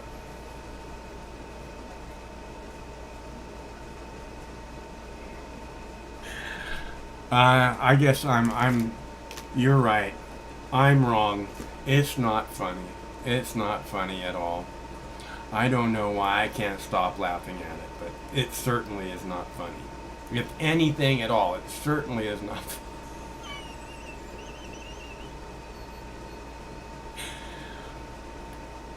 Might be fucking hilarious, but it's not funny, damn it. Okay, where were we? Oh, right. We were about to... What were we going to do here? We were going to play this video. Sometimes life can be a little overwhelming. Sometimes the weight of the world can be too much to bear. Sometimes you need to stop worrying and take a deep breath. Sometimes you need cannabis. Introducing Brightside, high-quality cannabis delivered right to your door. Brightside offers an extensive menu of strains and products to meet your needs. Choose the experience you want, and we'll send you the dankest herb, the real sticky icky, some top-shelf marijuana. If you like what we send you, keep the whole jar. We'll even include some nugs for you to blaze. As part of Discovery, you'll get to try new strains and products. Side effects may include euphoria, increased appetite, uncontrollable giggles, elevated sensitivity to musical dopeness, and reduced anxiety. Tetrahydrocannabinol may also induce feelings of existential well-being and relentless optimism. With a Brightside subscription, you can get it once a month, once a week, or whenever you want, all at a price you'll like. And yes, this is a real company. Do you know who I am? You're the wizard. Ask your doctor if cannabis is right for you. It probably is. Keep it Brightside.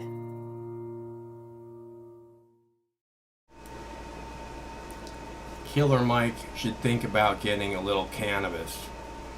He might feel better. Or he might grow a sense of humor instead of virtue signaling to the fucking world. Let's see, where were we? Right, Brightside. I think that's all of them, people. Yeah, that's all. Oh, I have a Biden speech. I didn't play the Biden speech. I don't want to play the Biden speech. If I wanted to play the Biden speech, I wouldn't have played Kennedy a second time, because, you know, it takes up about the same amount of time, and the Kennedy thing was just priceless, as where Biden's speech is a fucking Biden speech. You'll probably all be out of here before it's done. But the Kennedy thing, if you leave, you're missing out.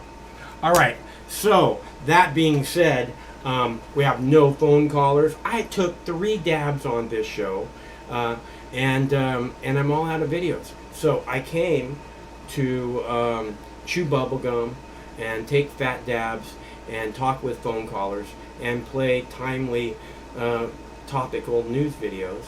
And I'm all out of everything. Well, I'm not out of dabs. I am not out of dabs. That's not going to happen. But I guess that means the clock on the wall says we do this every Monday through Friday at 7 p.m. Pacific time, which means we'll be back tomorrow, same Mox time, same Mox channel. And until then, stay cool, because one of these days, this war is going to end. It has to. Stay cool till then. I mean, this coalition of misfits, and they cobble together and they don't attack each other. They stay united. I wish the coalition of misfits, and they cobble together and they don't attack each other. They stay united. Coalition of misfits, and they cobble together and they don't attack each other. They stay united. Coalition of misfits, and they cobble together and they don't attack each other. They stay united. Coalition of misfits, and they cobble together and they don't attack each other. They stay united. Coalition of misfits, and they cobble together and they don't attack each other. They stay united. Coalition of misfits, and they cobble together and they don't attack each other. They stay united. Coalition of misfits, and they cobble together and they don't attack each other. They stay united. Coalition of misfits. No matter which mouth you feed on a two-headed snake, it still shits the same turd. But lucky for you, you have Mox News. More than 10 years. More than 60,000 videos. Mox News has been filtering the nonsense and illuminating the bullshit from your mainstream media. Turn off your TV and turn on to Mox News. For over a decade, documenting the socio-political events that have etched and carved the pathways that define today's modern mess, Mox News has been providing clarity while faithfully bringing you today's relevant stories 100% commercial free and subscription free. And just like Lady Liberty vows to remain free. But at this time, we're asking you for your help, your patronage, and your support to keep the lights on and the videos rolling.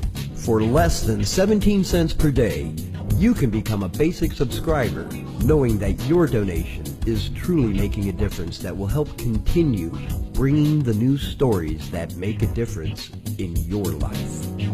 Turn on, tune in, and drop a couple dimes today by clicking the link below or visiting moxnews.com and show your support at any level. From a single one-time donation or dedicated monthly subscriber, do it now in less than 2 minutes. All donations are safe, securely processed, and verified using PayPal, Visa, MasterCard, American Express, or Discover Card. As always, we're sure you'll find something of interest each and every day. This holiday season, give the gift of Mox. moxnews.com.